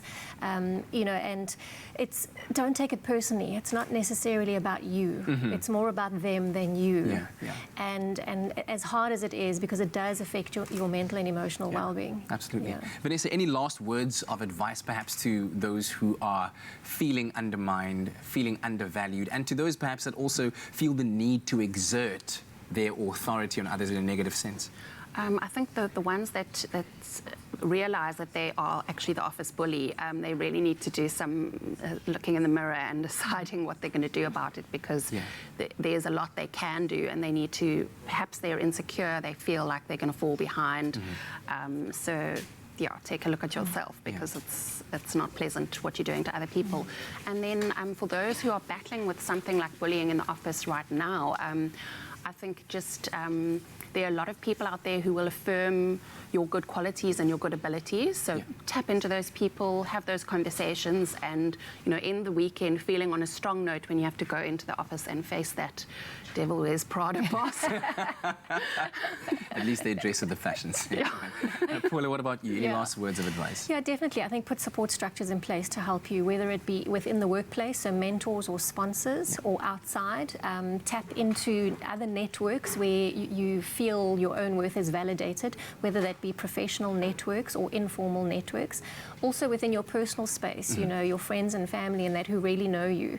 Tap into those support structures. Find a coach or somebody, whether it be a life coach or someone that can help you, give you practical tools to cope with the situation. And lastly, your soul is priceless. There's no price worth selling your soul and losing your soul. So if it's really getting to that point where you feel you cannot handle it anymore, it may be time to start looking elsewhere. Yeah. Paula, Vanessa, thank you very much for joining us on this Monday morning, and happy Women's Month. Thank you. Thank you. And thank you also for engaging with us on our social media regarding this topic. We hope that it was helpful. And do share some of your stories as well. You never know, there could be somebody reading through the comments box there and who might find a story that might inspire them, especially at the start of a brand new week. I'm Bert Bosch, I'm a musician and actor, and I live in Johannesburg. Come find your smooth fame and fortune with me, Bauer, on Tropica Island of Treasure, Curacao. All you need to do, you buy a Tropica, you follow the entry details on the back of the bottle, you make a video, you upload it to Twitter or Facebook or Instagram with the hashtag TIOT9 and tell me why you want to be on my team, and then you could be winning fame and fortune with me on Tropica Island of Treasure, Curacao.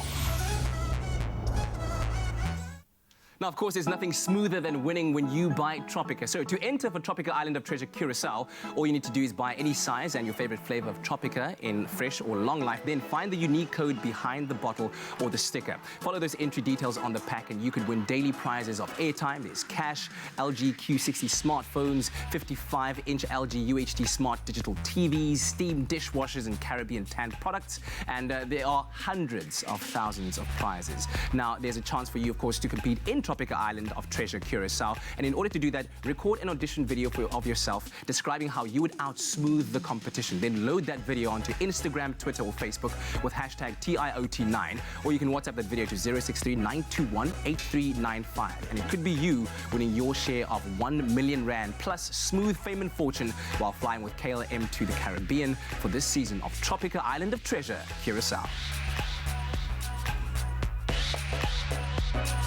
What's up, guys? This is Ntando Duma. I'm a media personality, a TV presenter, actress, and a mother. Join me on the island, buy a Tropica bottle and see entry details on the bottle. Upload a video of yourself telling me why you'd be my ideal partner on Facebook, Instagram, or Twitter, and the hashtag is TIOT9. Join me on the island and come find your smooth fame and fortune on Tropica Island of Treasure, Curacao.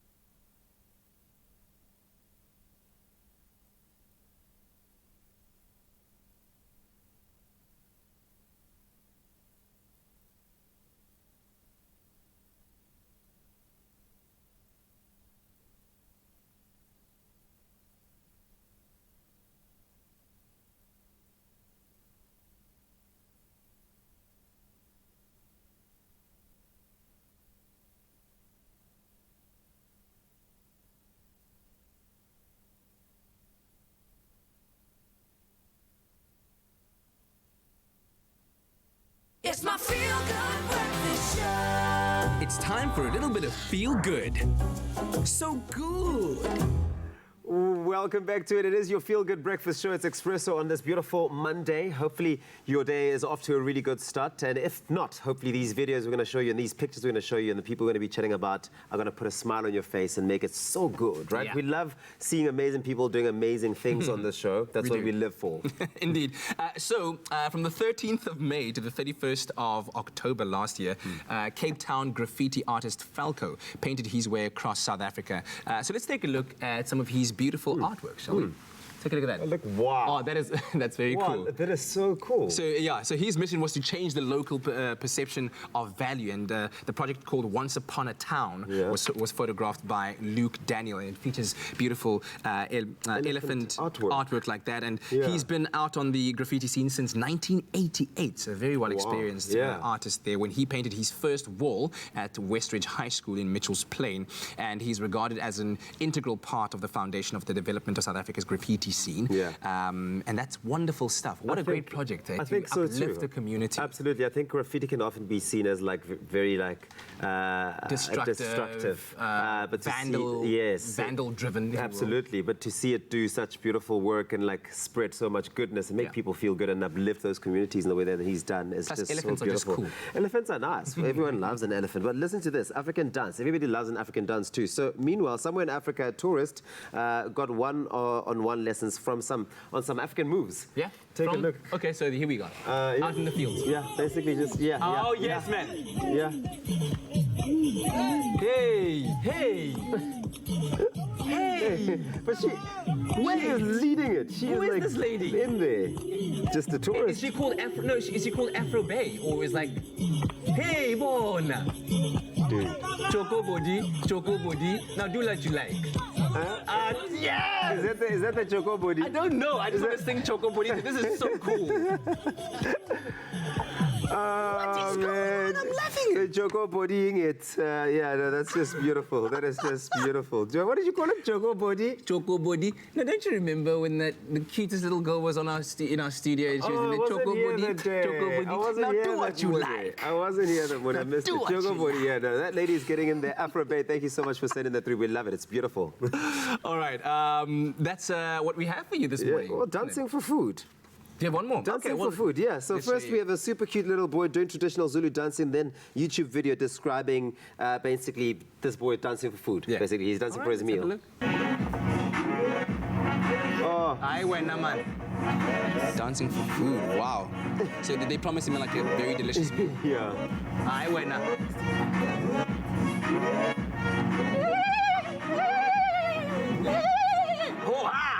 Oh, I'm Shiman. I'm man. Hamba wena man. Hamba wena man. That's what happens when you promise your kid like a treat afterwards. Yeah. Or just like, you want breakfast? Dance again. I guess dance again. Just not like a treat. You can seriously not be threatening your child with breakfast. Well, if it's going to get them dancing and put it in a smile on your face, I mean, I'm sure it's worth it, isn't it? Tabzi, well, that's a taste of Africa for you on this Monday morning. Let us know if you've got cool videos like that of people dancing, just having a good time and feeling so good. Share them with us. #Expresso Show. But hopefully that has put a smile on your Phoenix, you're hungry. Do a dance. It's time for a little bit of feel good. So good. All right, so we started August off the right way with our Be Well No Bake peanut bars. But it's time now to turn up the heat in this fine Monday morning. On the menu, steamed pork buns served with a crunchy and zesty pickled cucumber salad. And in the kitchen is none other than the one and only private chef himself, Mr. Neil Anthony. Come on. Yes, a very warm welcome to you. Good to see you. Good to see you. I'm sure you're as excited as I am about this. Very. Everyone loves steamed buns at the moment. They are... I mean, it's become a worldwide phenomenon at the moment. I've only ever had them in everyone's steaming buns. In restaurants where they make them like professionally. So do you even try them out at home? Yeah, it's funky to make them at home. Yeah. Why not? It's cool, man. All right. So this is what we're looking for as our end product. But in order to get this dough, what we've got here is just some white flour. You want to get the whitest flour you can. If you want to get some, you want to go actually to your How do you make sure one flour is whiter than the other? They bleach them. But then do you open the packet in the store? Yeah, well, you can buy super white flour. Super white flour. All right, so what we need to do is activate it. So we've got some warm water here. We've got our you're gonna need that. Yeah, we've got our canola oil. Now we're just going to pop straight in there. Okay. Sort of that amount. Lovely. We've got some baking powder and some salt there. And then also what we're going to do is we've got some dried yeast and some sugar. And we're just going to do what's called blooming. Blooming? Yeah, blooming. Warm water into the yeast? Warm water into the yeast. To activate it? To activate it. So that's that what blooms blooming it, is? yeah. All right. So you see it almost instantly sort of starts to get a bit sort of fizzy and a bit funky. Oh, there we go. So that's cool. Now it is bloomed. Then you pop that in. It is now bloomed. So you just want to sort of give that a mix around. You can do this in a stand-up mixer, or you can do it by hand. Quick question. So you had the sugar and the yeast here, right, that you bloomed. Yes. Would it make a difference if you went straight with the dry ingredient in there and then the water in there? If you didn't pre-bloom the yeast? You can do that, yeah. Okay. You can. You don't need to bloom. The blooming is not essential. But it makes your recipe far fancier if you do. It does, exactly. You can tell all your friends that you talk about, yeah, exactly. You're blooming in this recipe. You can bloom your buns. Bloomed buns. Excellent. Okay. Cool. So you mix that up, blah blah blah. Then you keep it in a nice sort of warm environment for a while. So then it proofs, it puffs up, doubles up inside. Yeah, and then you knock it back down again. Why do you do that? Why do you knock it back down after it's proofed and it's doubled up inside? Man, listen. Okay. Then you're gonna form these little balls. Then you make the little buns. Yeah. So then, quite simply, you can either roll them out a bit. Now, this is the part where the chefs get fancy in the kitchen. While you have ordered this in the restaurant, you never know how they actually get it there. This is how they If you go to Chinatown in London, you can watch them making it in the windows. Oh, really? Yeah, it's really funky, yeah. Awesome. Yeah. Cool. So you're gonna... So that just flattens out nicely. And then any filling you want, we've just got a bit of a nice bit of sort of braised pork here. You can go chicken, lamb, beef. I mean, you can go veggie. Goodness. Anything like that, you know what I mean? Amazing. And of course, our secret ingredient that we're using is our Be Well canola oil, endorsed by the Heart and Stroke Foundation of South Africa.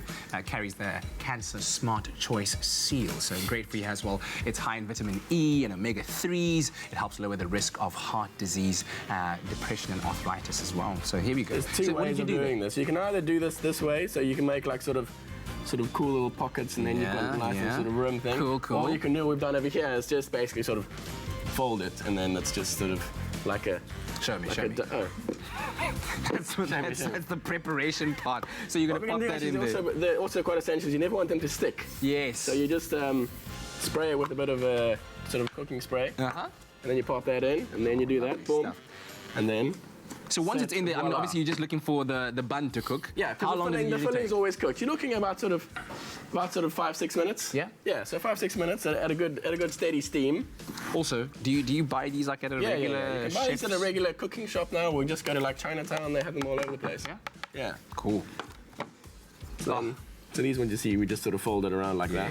Yes. SMS the keyword Be Well to 33728. Just sort of get all funky with it, and you can sort of even sort of do that. Oh, serve it up. And then you can sort of do this. Look at you, Neil Anthony. And then, you know... Oh, do the things. And then they really just sort of break open. They're nice and sort of warm and steamy. That's crazy.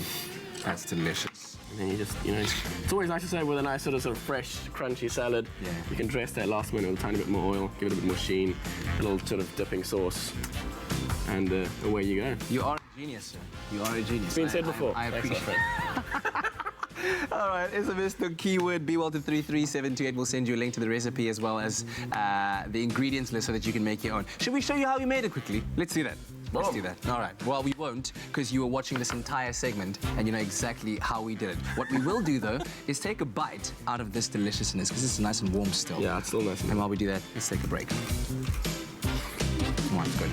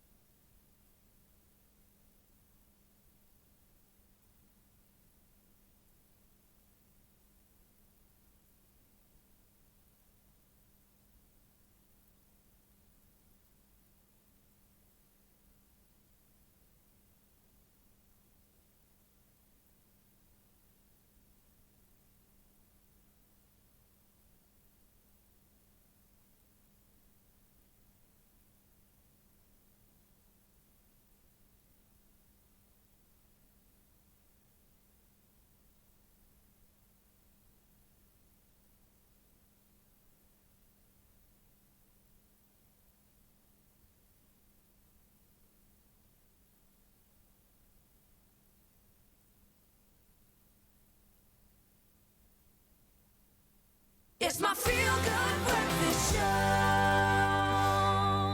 Welcome back to your Feel Good Breakfast Show on this Monday morning. We hope it's been an enjoyable one in our company. It certainly has been with the Sax High School Big Band, who've entertained us very, very nicely. Thank you very much, gentlemen. Good luck with the show coming up on Wednesday. And it's going to be something not to be missed. Firstly, it is for a great cause, Dan. Absolutely. But also, just give us a breakdown of what the repertoire looks like, what the show looks like, and what you prepared. Okay, so the show is called Superwoman, and basically we are featuring the music of all the legendary female icons. So, for example, Aretha Franklin, Miriam Makeba, Brenda Fassie, Tina Turner, Shania Twain, you name it. Hey. All with a big band, like I say, not actually the high school big band, the Sax Old Boys big band. And it's celebration of Women's Day and to raise funds for a scholarship, so it's going to be a really awesome day. What Miriam Makeba numbers are you doing? We're doing Click Song and Pata Pata. Hey! Do you guys also get down with the crowd just a little bit? No, beautiful female vocalists fronting the band who power lovely. vocalists, and we're going to leave the dancing to them. Okay, so it's not just the big band or the Old Boys big band, there's also vocalists as well. Exactly. Tandeka Dadla was here the other day with the Unity Band. Yes, She's singing, and another lady called Kirsty Adams, who's I think she's also been on the show as well, actually. And since its inception, this show that you're running to raise funds for the scholarship, how many boys have gone through?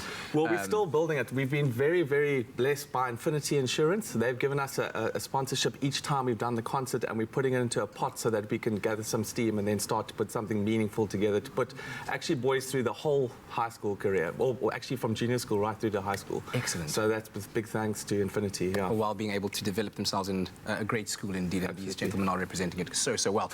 What's the last song you've prepared for us? This one is called Carnival del Soul, S-O-U-L. And we would like to feature our drummer, who's an amazing young drummer. So we're going to, for those drum fans out there, you're going to want to get some of this action. He's been hiding away at the back, but we saved the best for last. So this is sort of a sax anthem. We played it even when I was at school, so back in 1994, 5. Yeah. So we have to end the show with this one. Let's get it, boys. All right, here we go. 1, 2, 3,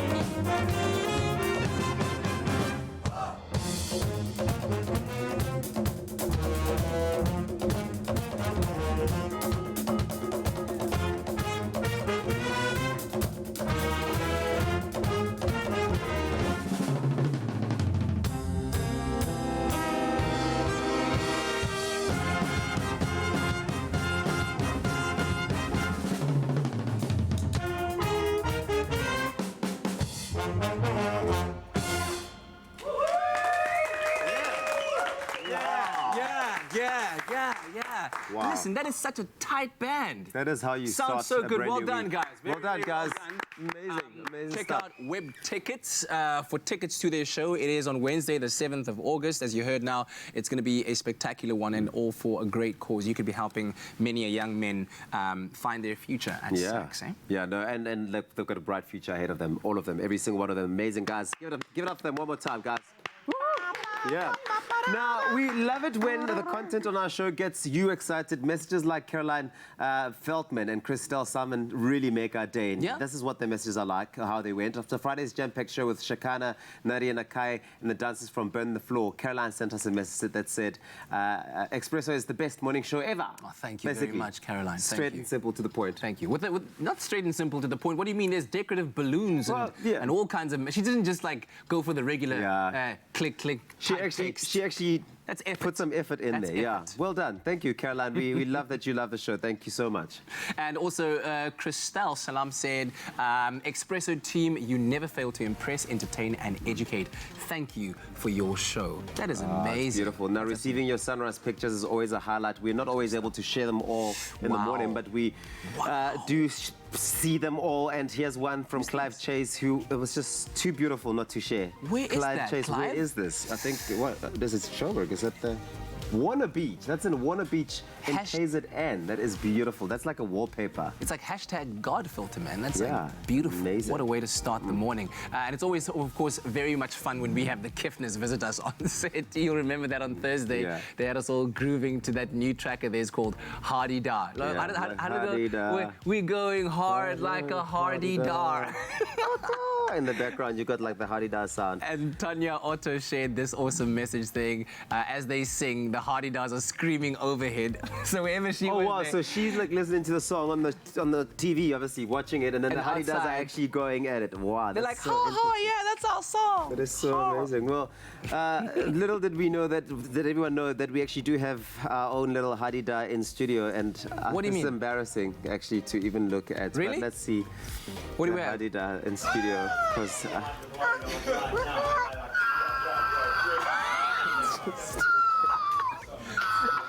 Oh my gosh.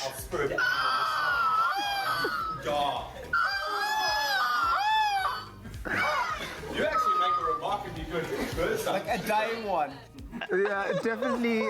That's a dying one. That is so embarrassing. I was about to say, Tabzi, you probably grew up in one of the most peculiar neighborhoods in the country because, first of all, your grandma was hunting mopane worms, and then the kind of Hardy Dars that made their way into your neighborhood clearly were of a different mhlobo.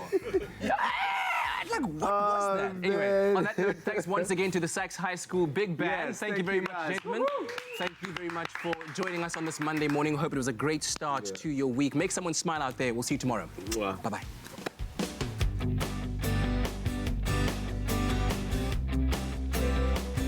Expresso Morning Show, made with love by Clover. Another feel-good production.